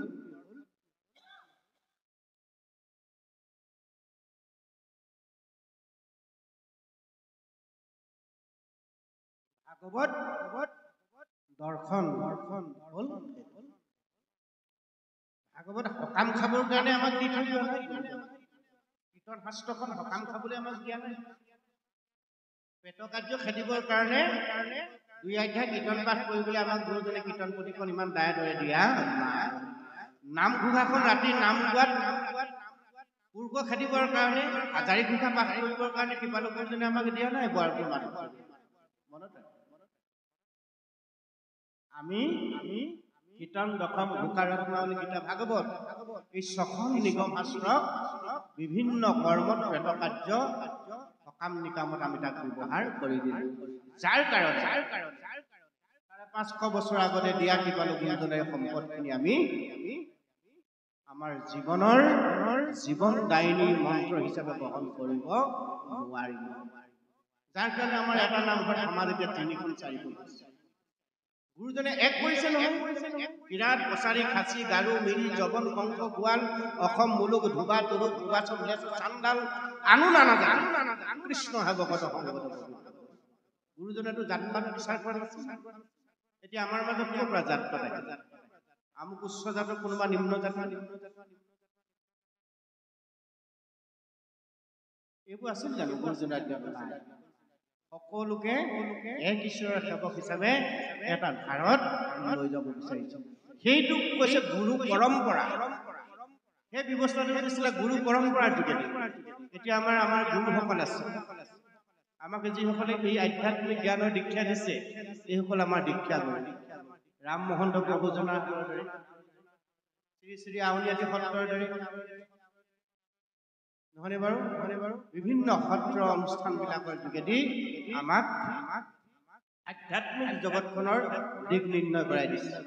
কিন্তু এটা কথা মনত ৰাখিব লাগিব, প্ৰত্যেকেই গুৰুসকলেই আৰু শিষ্যসকলে উভয়ৰে এটা কথা কিন্তু খুব ধ্যান দিব লাগিব, যে আমি যিটো ৰাস্তা শিষ্যসকলক দেখুৱাইছো, সেই ৰাস্তাটো প্ৰকৃততে গুৰু ধৰ্মৰ আদৰ্শৰ পন্থী হয়নে নহয়, ভাগৱত আদৰ্শপন্থী হয়নে নহয়, কীৰ্তনৰ আদৰ্শ হয় নহয়, মহাপুৰুষৰ এই 6খন গ্ৰন্থৰ আধাৰিত ৰাস্তা হয়নে নহয়, গুৰুসকলে কিন্তু এই কথাটো লক্ষ্য কৰিব লাগিব। সেইকাৰণে কৈছে, সেইজনকে গুৰু বুলি কবা যিজনে মৃত্যু তৰণৰ পথটো আপোনাক মোক দেখুৱাই দিব পাৰে। সেইজনক পিতৃগুৰু বুলি কবা, সেইজনক মাতৃগুৰু বুলি কবা, সেইজনক শিক্ষাগুৰু বুলি কবা, সেইজনক দীক্ষাগুৰু বুলি কবা, সেইজনক পৰম গুৰু বুলি কবা, যিজন পৰম গুৰুৰ যোগেদি তুমি নিজ গুৰু পৰিচয় পাবা। নিজ গুৰু কোন? আমাৰ প্ৰত্যেকৰে নিজৰ গুৰু হ'ল নিজ গুৰু পিতৃ কৃষ্ণ। গীতাৰ 8শ অধ্যায়ত শেষত একেবাৰে অৰ্জুনক কৈছে, ধৰ্ম অৰ্থ কাম মোক্ষ সবাহাৰ মূল স্বৰূপত গুৰু মই মূৰলৈ পাব। স্বৰূপ মানে নিজ ৰূপ। আত্মা ঈশ্বৰ আমাৰ দেশত থকাৰ কাৰণে, কৃষ্ণ থকাৰ কাৰণে আপুনি মই চৈতন্য হৈ আছো। সেই কৃষ্ণই আপোনাৰ মোক উদ্ধাৰ কৰি নিবৰ কাৰণেহে আত্মা আহি জীৱাত্মাৰ লগত এই দেহৰূপী গৃহটোত সোমাই সেই আত্মা ঈশ্বৰে ভাল পোৱা কৰ্মখিনি কৰিব লাগিব। আমি আত্মা ঈশ্বৰে খাই ভাল পোৱা খাদ্য খাবৰ কাৰণে আমি যত্ন কৰিব লাগিব। আত্মা ঈশ্বৰে শুনিলে, যিবোৰ শুনিলে ভাল পায়, সেইবোৰ শুনিবৰ কাৰণে কাণকেইখন আমি আগবঢ়াই দিব লাগিব। আত্মা ঈশ্বৰে যি কলে ভাল পায়, তাক কবৰ কাৰণে আমি যত্ন কৰিব লাগিব। ই হ'ল ভাগৱত ধৰ্ম। ইয়াৰ ব্যতিৰেকে আমি যদি আমাৰ এখন সমাজ 4খন হৈ আছে, এতিয়া এটা নামঘৰ ভাগিলে 4টা নামঘৰ হ'ল, মানুহ একে কিন্তু হয় নহয়? এখন গাঁৱত যদি আছে কেৱল মাত্ৰ দিখুপৰীয়াৰ ৰাইজ আছে, দিখু মুখৰহে ৰাইজ আছে, নহয় জানো?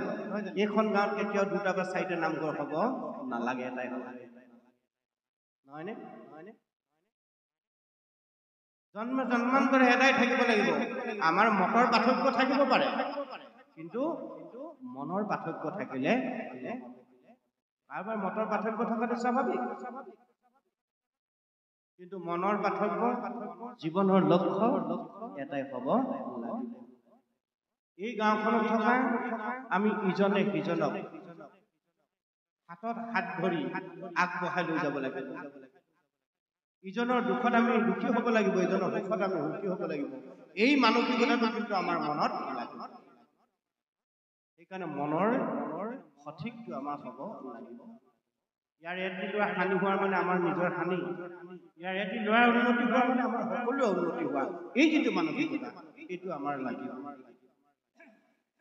আৰু এইটো যদি আমাৰ সঠিক হৈ থাকিব লগা হয়, ইয়াক যদি আমি সঠিকভাৱে ৰাখিবৰ কাৰণে যত্ন কৰোঁ, তেতিয়াহ'লে আমি কুমাৰ কালতেই ভাগৱত ধৰ্মৰ আশ্ৰয় হ'ব লাগিব। সিদ্ধান্ত দিলে, এৰা শিশু হ'ব আনন্দত কৰ্ম, কুমাৰ কাল কৰি ভাগৱত ধৰ্ম। ভাগৱত ধৰ্ম কুমাৰ কালত গ্ৰহণ কৰিলে কি হ'ব?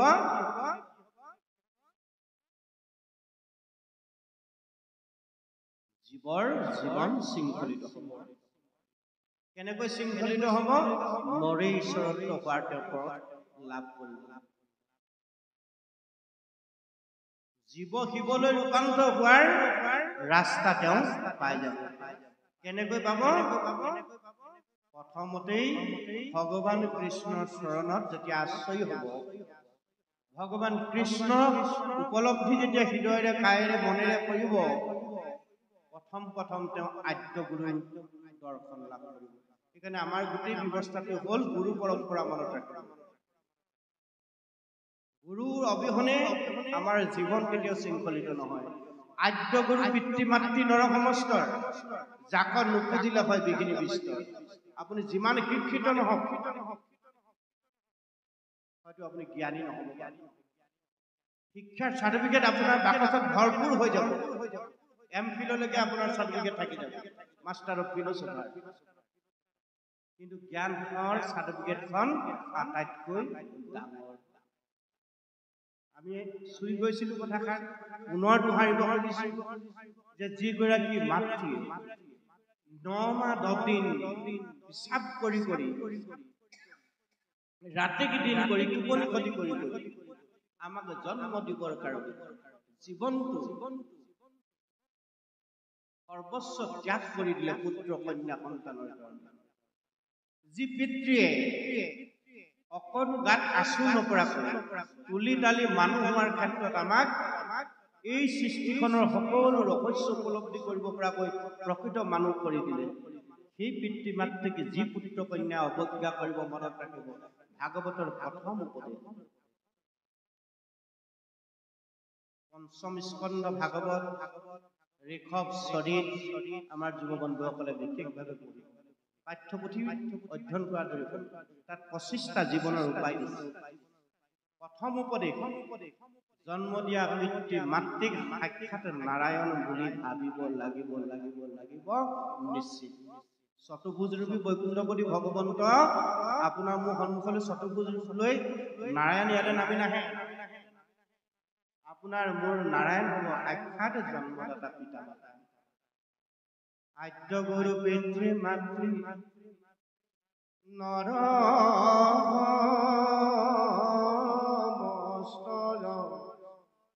তাক নুপুজিলে হয় বিঘিনী বিস্তৰ। জীৱিত কালত পিতৃক মাতৃক ভাবিবা নাৰায়ণ বুলি, এ দেহাতে জিলে পিতৃক মাতৃক ভজিবা মুকুন্দ বুলি। আমি ভজোনে নভজো? আমি বহুতে ক'ব নোৱাৰে ভজি থাকো। জীয়াই থাকোতে পিতৃ মাতৃৰ চৰণ সেৱাভাগ কৰিহে আমি কৰবালৈ ওলাই যাওঁ। বহু ঘৰখনত সেই পৰিৱেশটো আছে। শুই উঠিয়ে পিতৃ মাতৃৰ চৰণ সেৱা কৰা বহু পুত্ৰ কন্যা আজি এইখন অসমত আছে। আৰু কৰবালৈ এখোজ ওলাই যাবলৈ হলে মাক বা দেউতাকক সুধিহে যায়। এইবোৰ সংস্কাৰ, এইবোৰ হলে একোটা জীৱনৰ আদৰ্শ। ভাগৱত বেলেগ শিক্ষাৰ কাৰণে পঢ়িব নালাগে, এই শিক্ষাবোৰৰ কাৰণে আমাক ভাগৱত আমি অধ্যয়ন কৰিব লাগে। পিতৃ মাতৃ মোৰ আদ্য গুৰু, তেওঁলোকে ইচ্ছা কৰা হলে গৰ্ভতে হয়তো মোক মাৰি পেলাব পাৰিলে মোৰ দুষ্ট মুখে কাটে মুখে মাৰে মুখে কৰে। অসতী পুত্ৰসকলে কন্যাসকলে যেতিয়া পিতৃ মাতৃক অত্যাচাৰ কৰে, এহাতে চকুলো টুকি পায় ভাত খাই যদিও কোনোদিন অন্তৰৰ পৰা নিজৰ ল'ৰাটো হানি হৈ যাওক বুলি খাওপাত নিদিয়ে। দিয়ে জানো? কিজানি ভাল হয়, কিজানি প্ৰভুৱে ভাল কৰে, এই চিন্তাতেই থাকে। সেইকাৰণে খুব সাৱধান বন্ধুসকল। তাৰ কাৰণে সেই পিতৃ মাতৃসকলে অবাঞ্ছিত ফল এটা লাভ কৰাৰ কাৰণটো হ'ল সময়ত শৰপাত মাৰিব নজনাৰ দুখত। বহু পিতৃ মাতৃ অবাঞ্ছিত ফল বুজে পালে সময়ত শৰপাত সঠিক জেগাত মাৰিব নোৱাৰাৰ দুখত তাৰ ফলটো এতিয়া আমি ভোগ কৰিছোঁ। আমি সেইকাৰণে কৈছো টেঙা আমৰ পুলি এটা ৰুওঁতে টেঙা আমৰ পুলি ৰুইছে। আপুনি এতিয়া ইয়াত পকা আম, মিঠা আম, কঁঠাল, কি কয় মধুৰি তাত বা বিচাৰি পেলাই পাব জানো? পুলিটো টেঙা আমৰ পুলিহে, সিটো দিবই যি ফল দিব লাগে, ৰস দিব লাগে, হয় নহয়? সেইকাৰণে সেইকাৰণে প্ৰহ্লাদে ক'লে সিদ্ধান্ত দিলে যে শিশু হ'ব এৰা আনক যত কৰ্ম বাৰু পাছত কৰিবা। তুমি কি হবাগে, কেনেকে যাবা ৰাস্তা, সেইটো পাছত চিন্তা কৰিবা। প্ৰথম তুমি ঈশ্বৰৰ সেৱক হ'বলৈ যত্ন কৰা, পিতৃ মাতৃৰ শ্ৰদ্ধাৰ পাত্ৰ হ'বলৈ যত্ন কৰা, গুৰুজনৰ শ্ৰদ্ধাৰ পাত্ৰ হ'বলৈ যত্ন কৰা, আৰু ঈশ্বৰৰ বল্লভ হ'বলৈ যত্ন কৰাচোন। ঈশ্বৰে তোমাৰ মোৰ দায়িত্বটো লৈ লাগিব, কাৰণ দেহাটো ঈশ্বৰে মোৰ আপোনাক মোকহে দিছে, নহয় জানো? ঈশ্বৰেহে দিয়া, নহ'লেতো আমি ইচ্ছা কৰি মানুহ হ'ব পৰা নাই। ঈশ্বৰে পঠিওৱাৰ কাৰণে ঈশ্বৰৰ চৰণত আমি বিক্ৰী হৈ দিব লাগে। মাত্ৰ ঈশ্বৰৰ চৰণত নিজক সমৰ্পণ কৰি দিব লাগে। ঈশ্বৰে আমাক চলাই লৈ যাব। ঈশ্বৰে কেনেকে চলাব? আমি পুনৰ কৈছো, ঈশ্বৰ চতুৰ্ভুজ যোগে নাহে। ঈশ্বৰে আমাক 4টা বস্তু দিছে মনত ৰাখি, ইতৰ প্ৰাণীক নাই। কথাখিনি জানিবলৈ মন গৈছে নে? দীঘলীয়া হৈছে নি? আমনি পাইছে নি? কৈ দিব আমনি পাইছে। দীঘলীয়া হলেও কথাখিনি যদি জানিবলৈ মন গৈছে কওঁ। ঈশ্বৰে যিহেতু আমাক মানুহ কৰি দিলে, ঈশ্বৰৰ ইচ্ছা নহলে গছৰ শুকান গছপাত খিলাও তললৈ খহি নপৰে। আমি মানুহ হৈ যে সংসাৰলৈ আহিলো কেৱল মাত্ৰ শক্তিটো ঈশ্বৰৰ। 84 লক্ষ জুনি বাগৰিছো, মনত ৰাখিব ইয়াৰ আগত। 84 লক্ষ, 1 লাখ 2 লাখ নহয়, 84 লাখ বাৰ ভিন্ন জুনিত ভিন্ন দেহ ধাৰণ কৰি আমি এই সংসাৰলৈ অহা যোৱা কৰি আছো। ততো মনুষ্যং প্ৰাপ্তি কৰ্মাণি সাধয়। তাৰ পিছতহে মনুষ্য জন্ম লাভ কৰিছো কৰ্ম সংস্কাৰৰ যোগেদি। আমাৰ জীৱন সংস্কাৰিত হৈ আহোঁতে শেষত আমি এতিয়া মনুষ্য জন্ম পাইছো। সেইকাৰণে অলপ আগত পদত ক'লে অ মনুষ্য শৰীৰ পা হৰি ভজিলা অৱশ্যে হইবা তৃণ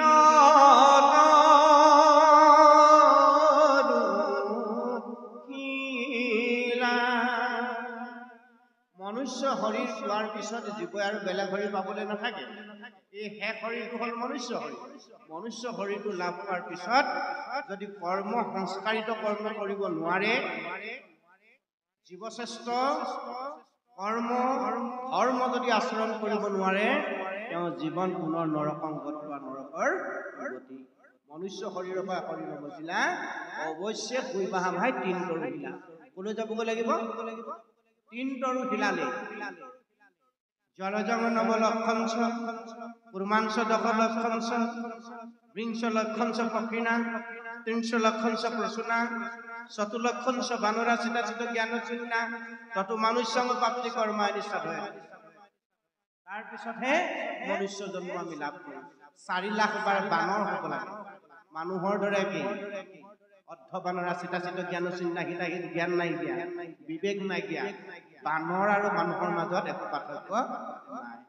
খালি মানুহ হল জ্ঞানে পৰিপুষ্ট, বানৰ হল জ্ঞানহীন পশু। তত মনুষ্য প্ৰাপ্তি, বানৰ পিছতে আমি মানুহ হৈছো। কৰ্মাণি সাধয় দৰ্শনৰ কথা। এই সুন্দৰ দেহটো পোৱাৰ পিছত 4টা বিশেষ বস্তু আমাক ভগৱন্তই দিলে। 4টা কি?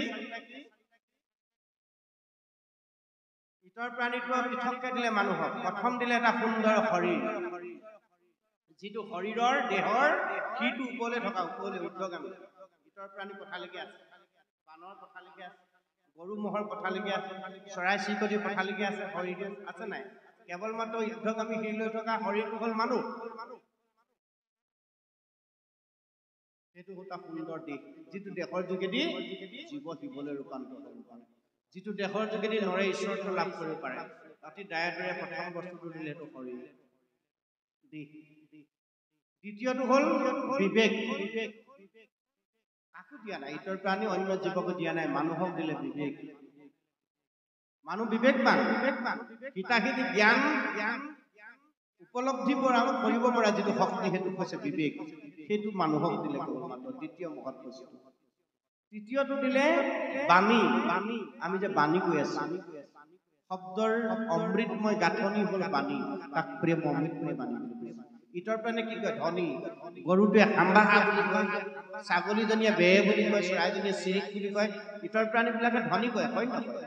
কেৱল মাত্ৰ 4 মুঠি জীৱৰ ভিতৰত অমৃতময় বাণী ক'ব পৰা জীৱ হ'ল মানুহ। তৃতীয় মহৎ বস্তু। আৰু চতুৰ্থটো হ'ল কি? এটা পবিত্ৰ মন, যিটো মন ইতৰ প্ৰাণীৰ নাই, কেৱল মাত্ৰ মানুহৰ। ইতৰ প্ৰাণীৰ লগৰ যিটো মন, সেইটো মন মানুহৰ গুৰিত আছে। কিন্তু মনত ৰাখিব, মনৰ 4টা ভাগ: মন, বুদ্ধি, চিত্ত, অহংকাৰ। যিটো মনৰ কথা কৈ থকা হৈছে, সেই মনটো ইতৰ প্ৰাণীতকৈ পৃথককৈ ভগৱন্তে মানুহক দিলে। যিটো ভাবুক মন, জিজ্ঞাসু মন, যিটো মনেৰে ন্যায় অন্যায়, উচিত অনুচিত বিচাৰ কৰিব পাৰে, যিটো মনেৰে জীৱনৰ সঠিক পৰিকল্পনা কৰিব পাৰে, সেই মনটো কৈছে জিজ্ঞাসু মন, ভাবুক মন। সেই মনটো মানুহক দিলে। খাই জীয়াই থকা মন সকলোকে দিলে, নাই দিয়ে জানো? গৰু ছাগলী হাঁহ কুকুৰা সকলোকে খাই জীয়াই থকা মনটো দিলে, মানুহকো দিলে খাই জীয়াই থকা মন। কিন্তু তাতকৈ পৃথককে মানুহক আৰু এটা বস্তু দিলে, সেইটো হ'ল ভাবুক মন জিজ্ঞাসা। চাবচোন গৰুটোৱে কি কয়, খাবলৈ জীয়াই আছে যে সি ঘূৰ বুলি ক'লে অকণমান সময়ৰ কাৰণে আঁতৰি যাব, পিছ মুহূৰ্ততে পাহৰি পেলাই আপোনাৰ ঘৰৰ নিজৰ গৃহস্থৰ ঘাঁহ দৰাকে, গৃহস্থৰ ধান দৰাকে, গৃহস্থৰ সম্পদখিনিকে সেইটো ঘৰত পোহা গৰুটোৱে খাই নেপেলাই জানো? তাৰমানে তাৰ খাবলৈ থকা মনটোহে আছে, সি এইবোৰ উচিত অনুচিত বিচাৰ কৰিব নোৱাৰে, খাব লাগে আৰু কেৱল পেট ভৰাব। আমাৰ মানুহো এচাম তেনেকুৱা আছে, মানুহৰো এচাম তেনেকুৱা আছে, কেৱল মাত্ৰ খাও পিও ঘুমো ইতৰ প্ৰাণী লিখে। খাব লাগে, ফূৰ্তি কৰিব লাগে, জীৱনটো বিন্দাসকে চলাব লাগে, এইটো কৈছে খাও পিও ঘুমো জীৱন। মানুহৰো তেনেকুৱা জীৱন এটা আছে, কোনোবা মানুহৰ প্ৰকৃতি বিলাক তেনেকুৱা। এই শ্ৰেষ্ঠতম তনু দিয়া সুন্দৰ এটা মন দিয়াৰ পিছতো মানুহৰ আচাৰ আচৰণবোৰ তেনেকুৱা। এইটো খাও পিও ঘুমো বুলি কৈছে। খাও পিও ঘুমো জীৱ কোনবিলাক? নাৰকী জীৱবিলাকক খাও পিও ঘুমো জীৱ বুলি কৈছে। খাও পিও ঘুমো মানে তাতে খায়, য'ত থাকে তাতে খায়, তাতে মল ত্যাগ কৰে, খাই উঠি বিষ্ঠাখিনি তাতে ত্যাগ কৰে আৰু তাতে শুৱে, তাতেই তাৰ মৃত্যু হয়। তেনেকুৱা আমাৰ সাক্ষাৎ চকুৰ আগত থকা দুটা জীৱ আছে, এটা হ'ল গাহৰি, হয়নে? গাহৰি গঁৰালতে থাকে, গঁৰালতে খায়, গঁৰালতে মল ত্যাগ কৰে, গঁৰালতে তাৰ মৃত্যু হয়। আৰু দ্বিতীয়টো হ'ল লেট্ৰিনৰ কীট। লেট্ৰিনৰ কীটটো তাতে জন্ম হয়, তাতে খায়, তাতে শুৱে, তাতে মল ত্যাগ কৰে, তাতে মৃত্যুবৰণ কৰে। তাতো আত্মা আছে, নাই জানো? যত জীৱ জংগম কীট পতংগম অগণক জগতেৰি কায়া, সকলোতে ভগৱন্তৰ কায়াটো নাই জানো? দেহটো সৰু বৰ হ'ব পাৰে, ক্ষীণ শকত হ'ব পাৰে, দেহৰ ভিন্নতা থাকিব পাৰে, আত্মাৰটো ভিন্নতা নাই। গাহৰি আত্মা ঈশ্বৰ আছো বুলি কৈছে, নাই সমস্ত ভূতত। সেই খাও পিও ঘুমো জীৱবিলাকৰ যদি দৰে আমাৰ মানুহৰ জীৱন হ'ব নেকি? চাৰিমুঠি জীৱৰ ভিতৰত শ্ৰেষ্ঠতম তনু ভগৱন্তই দিয়াৰ পিছত আমাৰ চিন্তা শক্তি, আমাৰ কৰ্ম তেনেকুৱা যদি ইতৰ প্ৰাণী হ'বলৈ হয়, আছে নেকি আমাৰ মাজত তেনেকুৱা জীৱ? নিশ্চয়কৈ ক'ৰবাত কেতিয়াবা লগ পোৱা যায়। পাই নাপায়? শুই উঠাৰ লগে লগে এডোখৰ জেগালৈহে জানে, চিধা সেইডোখৰলৈ যাব। আগদিনাই ক'ত 4 টকা পাই গোটাই মেলি থৈ দিব। শুই উঠাৰ লগে লগে সৰক বৰককে গৈ হ'লেও সেই হাতীটোত বহি অহাৰ পিছতে তেওঁ কিবা দেহত ফিলিংছ এটা অনুভৱ আহি অকণমান বেছি হৈ গ'লে হিচাপতকৈ ঘৰত আহি অশান্তিটো আৰম্ভ হৈ গ'ল। তাৰপিছত কেৱল মাত্ৰ দেও খাওঁ, আন ক'ৰটো আনো নাজানো। অতি প্ৰিয় ভাৰ্যাজনী যাক অৰ্ধাংগিনী হিচাপে গ্ৰহণ কৰিছিলে, লাষ্টত তেওঁক মাৰধৰ কৰিবলৈ আৰম্ভ কৰিলে। আৰু তাতো যদি নাপায়গে, ঘৰখনত অশান্তি দিনে ৰাতিয়ে বহাই গৈ এই খাও পিও ঘুমো জীৱলৈ তেওঁ ৰূপান্তৰ হৈ যায়। কিন্তু দেহটো মানুহ, কৰ্মখিনি পশুৰ দৰে সৈন্য। সেইকাৰণে কৈছে মানুহৰ মাজতো খাও পিও ঘুমো জীৱ কেতিয়াবা পোৱা যায়। সেইকাৰণে এই জীৱশ্ৰেষ্ঠ শৰীৰটো দিয়াৰ পিছত জীৱশ্ৰেষ্ঠ ভাৱে নিজক চিন্তা কৰি পৰিশীলিত শৃংখলিত ৰূপত সজাব পৰাৰ এটা মন দিয়াৰ পিছত আৰু ন্যায় অন্যায় উচিত অনুচিতে ভাল বেয়া বিচাৰ কৰিব পৰা এটা বিবেক দিয়াৰ পিছত আমি যদি ইতৰ প্ৰাণীতকৈ নিকৃষ্টভাৱে আমাৰ জীৱনটো আগবঢ়াবলৈ বিচাৰো, তেতিয়াহ'লে কীৰ্তনত কৃপালু গুৰুজনে গালি পাৰি থৈছে, গৰুটো অধম কৃষ্ণ বদতি, গৰুতকৈ অধম বুলি আমাক এইখন শাস্ত্ৰতে গালি পাৰি থৈছে। সেইকাৰণে প্ৰভু সমস্ত সাৱধান। এই জীৱনৰ সঠিক সময়কণ সঠিকভাৱে যদি আমি ব্যৱহাৰ কৰিব নোৱাৰি, আমাৰ জীৱনটো খাও পিও ঘুমত যদি লগাই দিছো, আমাৰ যোগেদি অহা সতি সন্তানবিলাক কেতিয়াও সুন্দৰ হ'ব নোৱাৰে। সেই সতি সন্তানে কেতিয়াও এখন সুন্দৰ সমাজৰ, এটা সুন্দৰ পৰিৱেশৰ, এটা সুন্দৰ জীৱনৰ সপোন দেখিব নোৱাৰে। তাৰ কাৰণে ভাগৱতে আমাক সিদ্ধান্ত দিছে।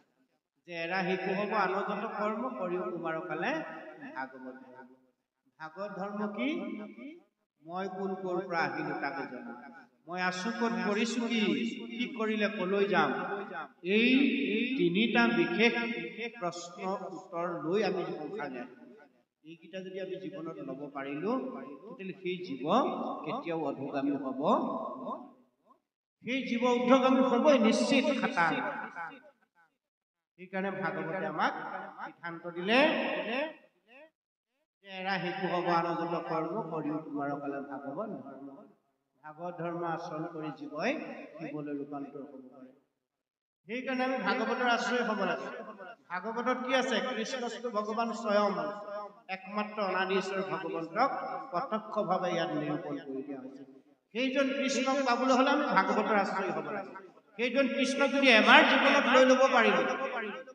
জীৱনত এনে কোনো শক্তি নাই আপোনাৰ জীৱন উশৃংখল বিশৃংখল কৰিব পাৰিব তেতিয়া আপুনি আপোনাৰ ল'ৰাটোক বুজাই দিব নালাগে অ' বোবা এইটো নাখাবি বেয়া বস্তু অ' বোবা এইডোখৰলৈ নাযাবি এখন বেয়া ঠাই অ' বোবা এইটো নকৰিবি এইটো বেয়া কাম কাৰণ বিবেক তাৰ হস্তম হৈ থাকিব বিবেক বিচাৰ সঠিক হ'ব সঠিক বিবেক বিচাৰ হোৱাৰ লগে লগে দেহৰ বিচাৰ সঠিক হ'ব কি খাব লাগে কলৈ যাব নালাগে কৰ্মৰ বিচাৰ সঠিক হ'ব যে মই কি কৰিব লাগে কি কৰিব নালাগে নহয়নে বাৰু সেইকাৰণে বিবেক সষ্টম কৰি ৰাখিবৰ কাৰণে আমি ভাগৱতৰ আশ্ৰয় হ'ব ভাগৱতত কোন আছে প্ৰত্যক্ষ ভগৱন্ত আছে সেইকাৰণে ভাগৱন্তৰ শ্ৰীমদ ভাগৱত বুলি সংযোগ কৰি দিলে শ্ৰীটো কেতিয়া থাকে যেতিয়ালৈকে জীৱ জীৱিত হৈ থাকে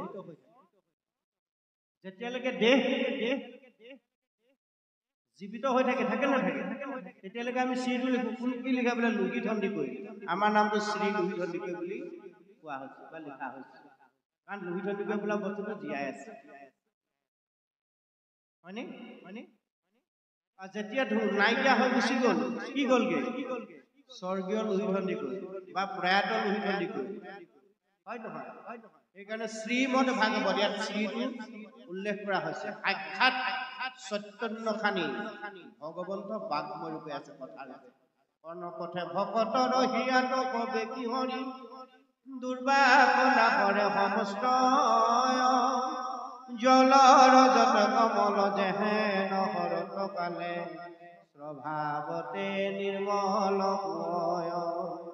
কাণ বিন্ধাই দি ভগৱন্ত সোমায় আমাৰ হৃদয় ভগৱন্ত সোমোৱাৰ ৰাস্তা এটাই কাণ বিন্ধাই কাণ বিন্ধা আমি সঠিক কৰি ৰাখিব লাগিব কাণৰ বিন্ধাই দি ভগৱন্ত হৃদয়লৈ সোমাই যাব এই ভগৱন্ত বাগ্ময় কথা মূৰটো আমাৰ ভিতৰলৈ সোমাই যাব লাগিব যোৱাৰ লগে লগে কি হ'ব মনৰ মলখিনি প্ৰথম দূৰ কৰিব মন যেতিয়া নিৰ্মল হ'ব পবিত্ৰ হ'ব সেই হৃদয় যেতিয়া পবিত্ৰ হ'ব তাত ভক্তিৰ জন্ম হ'ব দুগৰাকী মাতৃ অলপ আগতে আমি পঢ়ি গ'লো মোহ পাখা মায়া দক্ষিণত ভক্তি মাও দেখি ব্যাসৰ ঋতুৰ ৰোমাঞ্চক হৈ লগাও মায়াই বান্ধন্ত ভক্তি পেলাবন্ত দুহানো মধ্যস্থভাৱে আছে ভগৱন্ত যে আমাৰ হৃদয় কমলত আছে এই ভগৱন্তক আমি দৰ্শন পাম কেতিয়া পাম যেতিয়া মন পবিত্ৰ হ'ব হৃদয় নিৰ্মল হ'ব ফটফটীয়া হ'ব যেতিয়া আমি খৰালি আহে নদীৰ পানীখন চাই দিওঁ একদম তললৈকে দেখো একদম ফটফটীয়া নিৰ্মল নহয় এতিয়া বাৰিষা পাৰিব জানো চাব দুৱাঙলো আপুনি নেদেখে কাৰণ লেতেৰা হৈ আহিব পানী মানে বাৰু আমাৰ সেইকাৰণে মনৰ কলুকতা কালিমা এই ভাৱবোৰ কাম ক্ৰোধ লোভ মোহ মদ মাধুৰ্য ঈৰ্ষা অসূয়া তিৰস্কাৰ পৰচৰ্চা পৰনিন্দা এই কলুক কালিমাবোৰ মনৰ পৰা যেতিয়ালৈকে দূৰ নহ'ব তেতিয়ালৈকে ভগৱান কৃষ্ণ হৃদয়ত থকাৰ পিছতো আমি দৰ্শন নাপাম আপুনি মই যিমান নাম লৈ নাথাকো নাম লোৱাৰ লগে লগে নামৰ ক্ৰিয়া আমাৰ লগত হ'ব লাগিব কৰ্ণপথে ঈশ্বৰ সোমাব লাগিব হৃদয়লৈ সোমাই তাত অনুভৱ শক্তি আমি তাত খুব খচিব লাগিব চাফা কৰিব লাগিব তাৰপিছত ভগৱন্তক আমি তাত দৰ্শন পাম আৰু ভগৱন্তক যেতিয়া হৃদয়ত দৰ্শন পাম সেইজন ভকতক এৰি ভগৱন্ত কেতিয়াও থাকিব নোৱাৰে আপোনাক ভগৱন্তৰ বল্লভ কৰিবই ভকত কৰিবই নিশ্চিত খাটাং সেইকাৰণে ইয়াত শ্ৰীটো লিখিছে তালব্য হ শৰীৰ মনত ৰাখিব আমি যে শ্ৰীটো লিখো তালব্য হ ৰকাৰ আৰু দীৰ্ঘইকাৰ হয়নে শ্ৰীটো তালব্য হটো দিয়া হ'ল তালব্য হটো শৰীৰটো কথা কৈছে হ পদে ইটো শৰীৰক বুজায় নিশ্চয় ইটো শৰীৰক জানা জড় বুলি কয় জড় শৰীৰটো কথা কৈছে তালব্য হৰ দীৰ্ঘইকাৰী শৰীৰ সেইকাৰণে শ্ৰীটো প্ৰথম বৰ্ণটো হ'ল ৰকাৰ ৰ পদে ৰমন কৰি চৈতন্য বস্তুক জানা আত্মা বুলি কয় আত্মা ৰমন কৰি আছে পদৰ পৰা মস্তকলৈকে সেইকাৰণে ৰকাৰডাল ঘূৰি আছে চৈতন্য শক্তি ৰাম সেইকাৰণে তালব্য হ তলত ৰকাৰ আৰু দীৰ্ঘইকাৰ সতৰজতম তিনি গুণক আশ্ৰয় চান্দি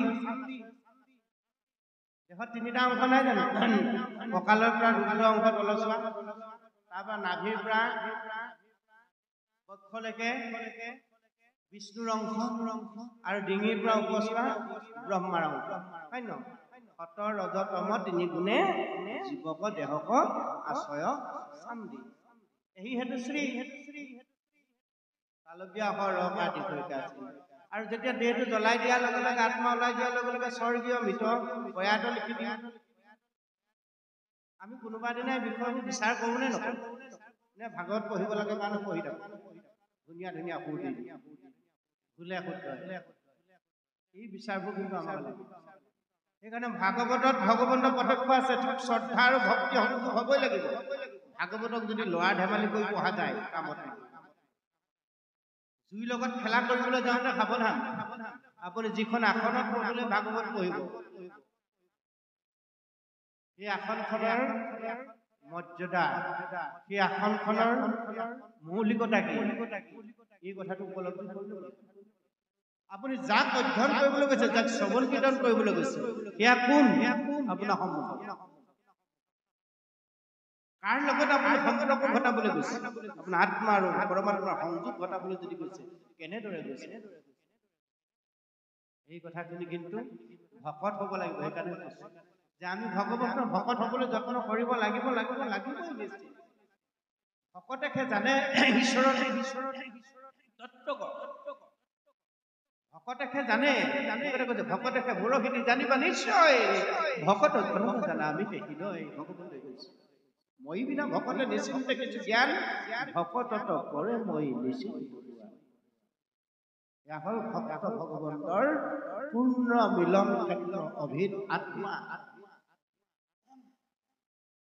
গতিকে নাম গোৱাসকলে নামৰ ক্ষেত্ৰতো জানি ল'ব লাগিব নামৰ মালা কেনেকৈ গাঁঠিছে সেই নামৰ মালা ভগৱন্তই কেনেকৈ পৰিধান কৰিব ভকতৰ মালা আৰু ভকতৰ গুণ যশ ব্যাপক কৰিবলৈ যোৱা ভক্তসকলেও জানিব লাগিব যে ভাগৱত সাক্ষাৎ ভগৱন্তৰ প্ৰত্যক্ষমূৰ্তি এখন কিতাপ নহয় মনত ৰাখিব যদি কোনোবাই ভাবি লৈছে এখন সাধাৰণ কিতাপ বুলি ডাঙৰ ভুল কৰা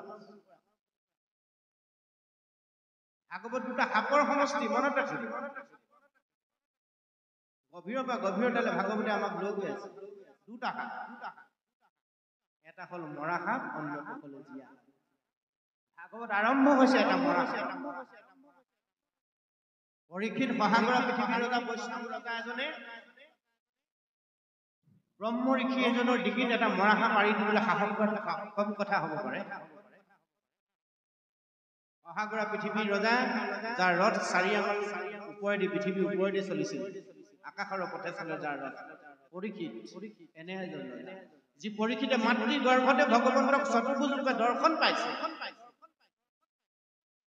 মাতৃৰ গৰ্ভত অমুলুকি গদা লৈ ভগৱন্ত প্ৰভুৱে চতুৰ্ভুজ ৰূপ ধাৰণ কৰি উত্তৰাৰ গৰ্ভত পৰীক্ষিতক দুৰ্নি ব্ৰহ্ম সাপৰ ভগৱান বিষ্ণু সাক্ষাৎ দৰ্শন পায় সেইজন বিষ্ণু ভক্ত পৰীক্ষিতে বিষ্ণু উপাসক এজনক কৈ মৰা সাপ এটা ধেনুৰ আগেদি নি পিন্ধি আৰি দিবগৈ পাৰে ডিঙিত কম কথা নে কেনেকুৱা হ'ব ভাবিলে কথা সেইকাৰণে ভাগৱত ৰহস্য ভাগৱত আৰম্ভ কৰিছে এটা সাপৰ মৰা সাপ পৰীক্ষিতে যদি মৰা সাপটো ধনুৰ আগত আনি শ্ৰমিক মুনিয়ে ধ্যান কৰি থকা সময়ত যদি আনি নিদিলেহেঁতেন ডিঙিত আৰু সেইটোকে তেওঁ 5 বছৰীয়া পুত্ৰ চিংকি মুনিয়ে দেখি যদি পৰীক্ষিতক হাত নিদিলেহেঁতেন তেতিয়াহ'লে ভাগৱত বৈকুণ্ঠৰ পৰা আজি আমি এনেদৰে পঢ়ি থাকিবলৈ নামি আহিলেহেঁতেন জানো?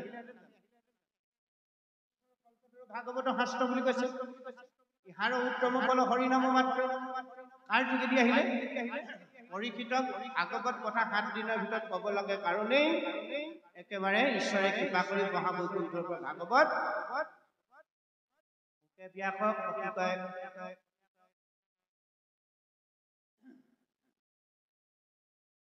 ব্যাসে নাৰদে শুকে পৰীক্ষিতক সিডালে লাগি নগলা নিলেকো ভাগি মুখে আঁকি ভূমিত বইলা বিদিত এনেদৰে বৈষ্ণৱ মাৰ্গৰ যোগেদি মহাভাগৱত মহাবৈকুণ্ঠৰ পৰা অতি কৃপাৰে নামি আহিল যাৰ ফলত আমি আজি কলিৰ মলমলী লোকসকলে বৰ আনন্দ মনে তাক আস্বাদন কৰাৰ সুযোগ লাভ কৰিলোঁ গতিকে আৰম্ভ হৈছে ক'ত এটা সাপ মহাসাপৰ পৰা আৰু ভাগৱত শেষ কৰিছেগে ক'ত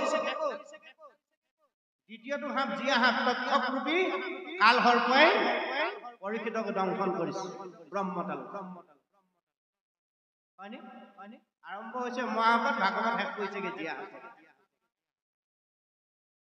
ইয়াক যদি লৰা ধেমালি বুলি কৰা হৈছে তেতিয়াহ'লে এই দুটা সাপৰ পৰা আমি কোনোদিন বাচিব নোৱাৰিম ইয়াক যদি লৰা ধেমালি আমি দেখাক দেখি কৰিব লাগে কাৰণে কৰিছো ইয়াৰ পৰা আমি হাত সাৰি যাব নোৱাৰিম সেইকাৰণে ভাগৱত কথা য'ত শ্ৰৱণ কীৰ্তন হয় তাক গংগাকে আদি কৰি সমস্ত তীৰ্থ আহি তাত একেলগ হয় তিনি তলুক দেৱ দেৱতা সমস্ত গণ আহি তাত একত্ৰিত হয় মহাপ্ৰভু গোবিন্দ মহাবৈকুণ্ঠৰ পৰা আহি সেই বৈকুণ্ঠত ভক্তৰ শ্ৰীমুখ পদ্ম কণ্ঠে বেকত পোৱা তেওঁ নাম ডিঙিত মালা হিচাপে অংকিত কৰি আৰু তেওঁ সেই স্থান এৰি থৈ নাযায়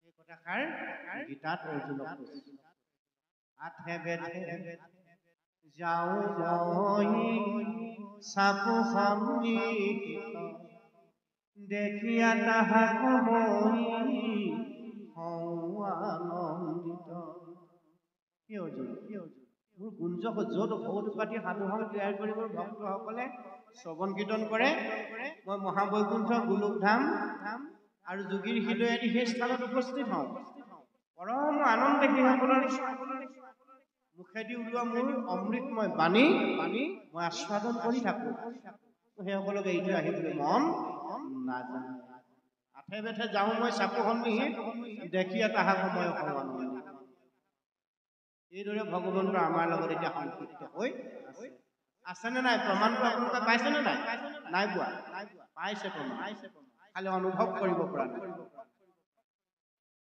আমাৰ এইফালে ৰুমত থকা সকলে নাই পোৱা কাৰণ হাঁহি আছে নে কথা পাতি আছে আপোনালোকেতো নাই পাতিছে ইফালে সিফালে থকা যিসকলে হাঁহি টিকিটালি মাৰি আছে সেইসকলে উপলব্ধি কৰিব পৰা নাই আপোনালোকেতো সেইটো কৰা নাই বহি আছে মোৰ মতে এই যে যিটো ধৈৰ্য একান্ত মনেৰে যে ঈশ্বৰৰ কথা শুনি আছে আপোনালোকে অন্য গাৰ বিষয়েও আপোনালোকক আমনি কৰা নাই বিষয়ৰ কথাইও আপোনালোকক আমনি কৰা নাই হাঁহিবলৈও মন যোৱা নাই বেলেগ কথা পাতি আপোনালোকক ফূৰ্তি কৰিবলৈও মন যোৱা নাই ঈশ্বৰৰ কথাত মন প্ৰাণ যে সমৰ্পণ কৰিব এইটো তাৰ প্ৰমাণ চাবচোন কিছু জেগালৈ যাব আপুনি সেইফালে এচুকে বেলেগ কথা পাতি থাকে এইফালে এচুকত বেলেগ কথা পাতি থাকিব ইফালে কিবা এটা চিঞৰ বাখৰ কৰি থাকিব শুনাসকলকো শুনাৰ সুবিধাকণ নিদিয়ে সেইটো পৰিৱেশৰ মাজত ঈশ্বৰ কেতিয়াও সন্তোষ আৰু তেনেদৰে ভাগৱত কথা শ্ৰৱণ কীৰ্তনৰ ঠাইত অন্য কথা পাতি যদি পৰিৱেশ বিনষ্ট কৰে সেইসকলতো নৰকলৈ যাবই সেইসকলৰ যোগেদি কথা শুনিবলৈ ইচ্ছা কৰা সকলৰো বিপদগামী হ'ব সেইকাৰণে কৈছে য'তে ত'তে নাথাকৈ হৰি নাম ৰত্ন মহন্ত দোকানী কৰি ৰাখা মহা যত্ন প্ৰভু সমস্ত এতিয়া শ্ৰী শব্দটোৰ অৰ্থটো আমি বুজি পালো তালবীয়া হওঁতে হৰিটোৰ কথা ক'লে ৰকাৰটো হ'ল ৰমণ শক্তি দীৰ্ঘিকাটো হ'ল অতৰজতম তিনি গুণৰ নিয়ন্ত্ৰক মহেশ্বৰ ঈশ্বৰৰ ঈশ্বৰ হৈ ই হ'ল শ্ৰী আপুনি মই শ্ৰী হৈ আছো সেইকাৰণে কাৰণ চৈতন্য শক্তি আমাৰ লগত ভাগৱত শ্ৰী হৈ আছে সেইকাৰণে চৈতন্য শক্তি ভাগৱতত আছে এতিয়া মদটো তাৰ পিছত লগাই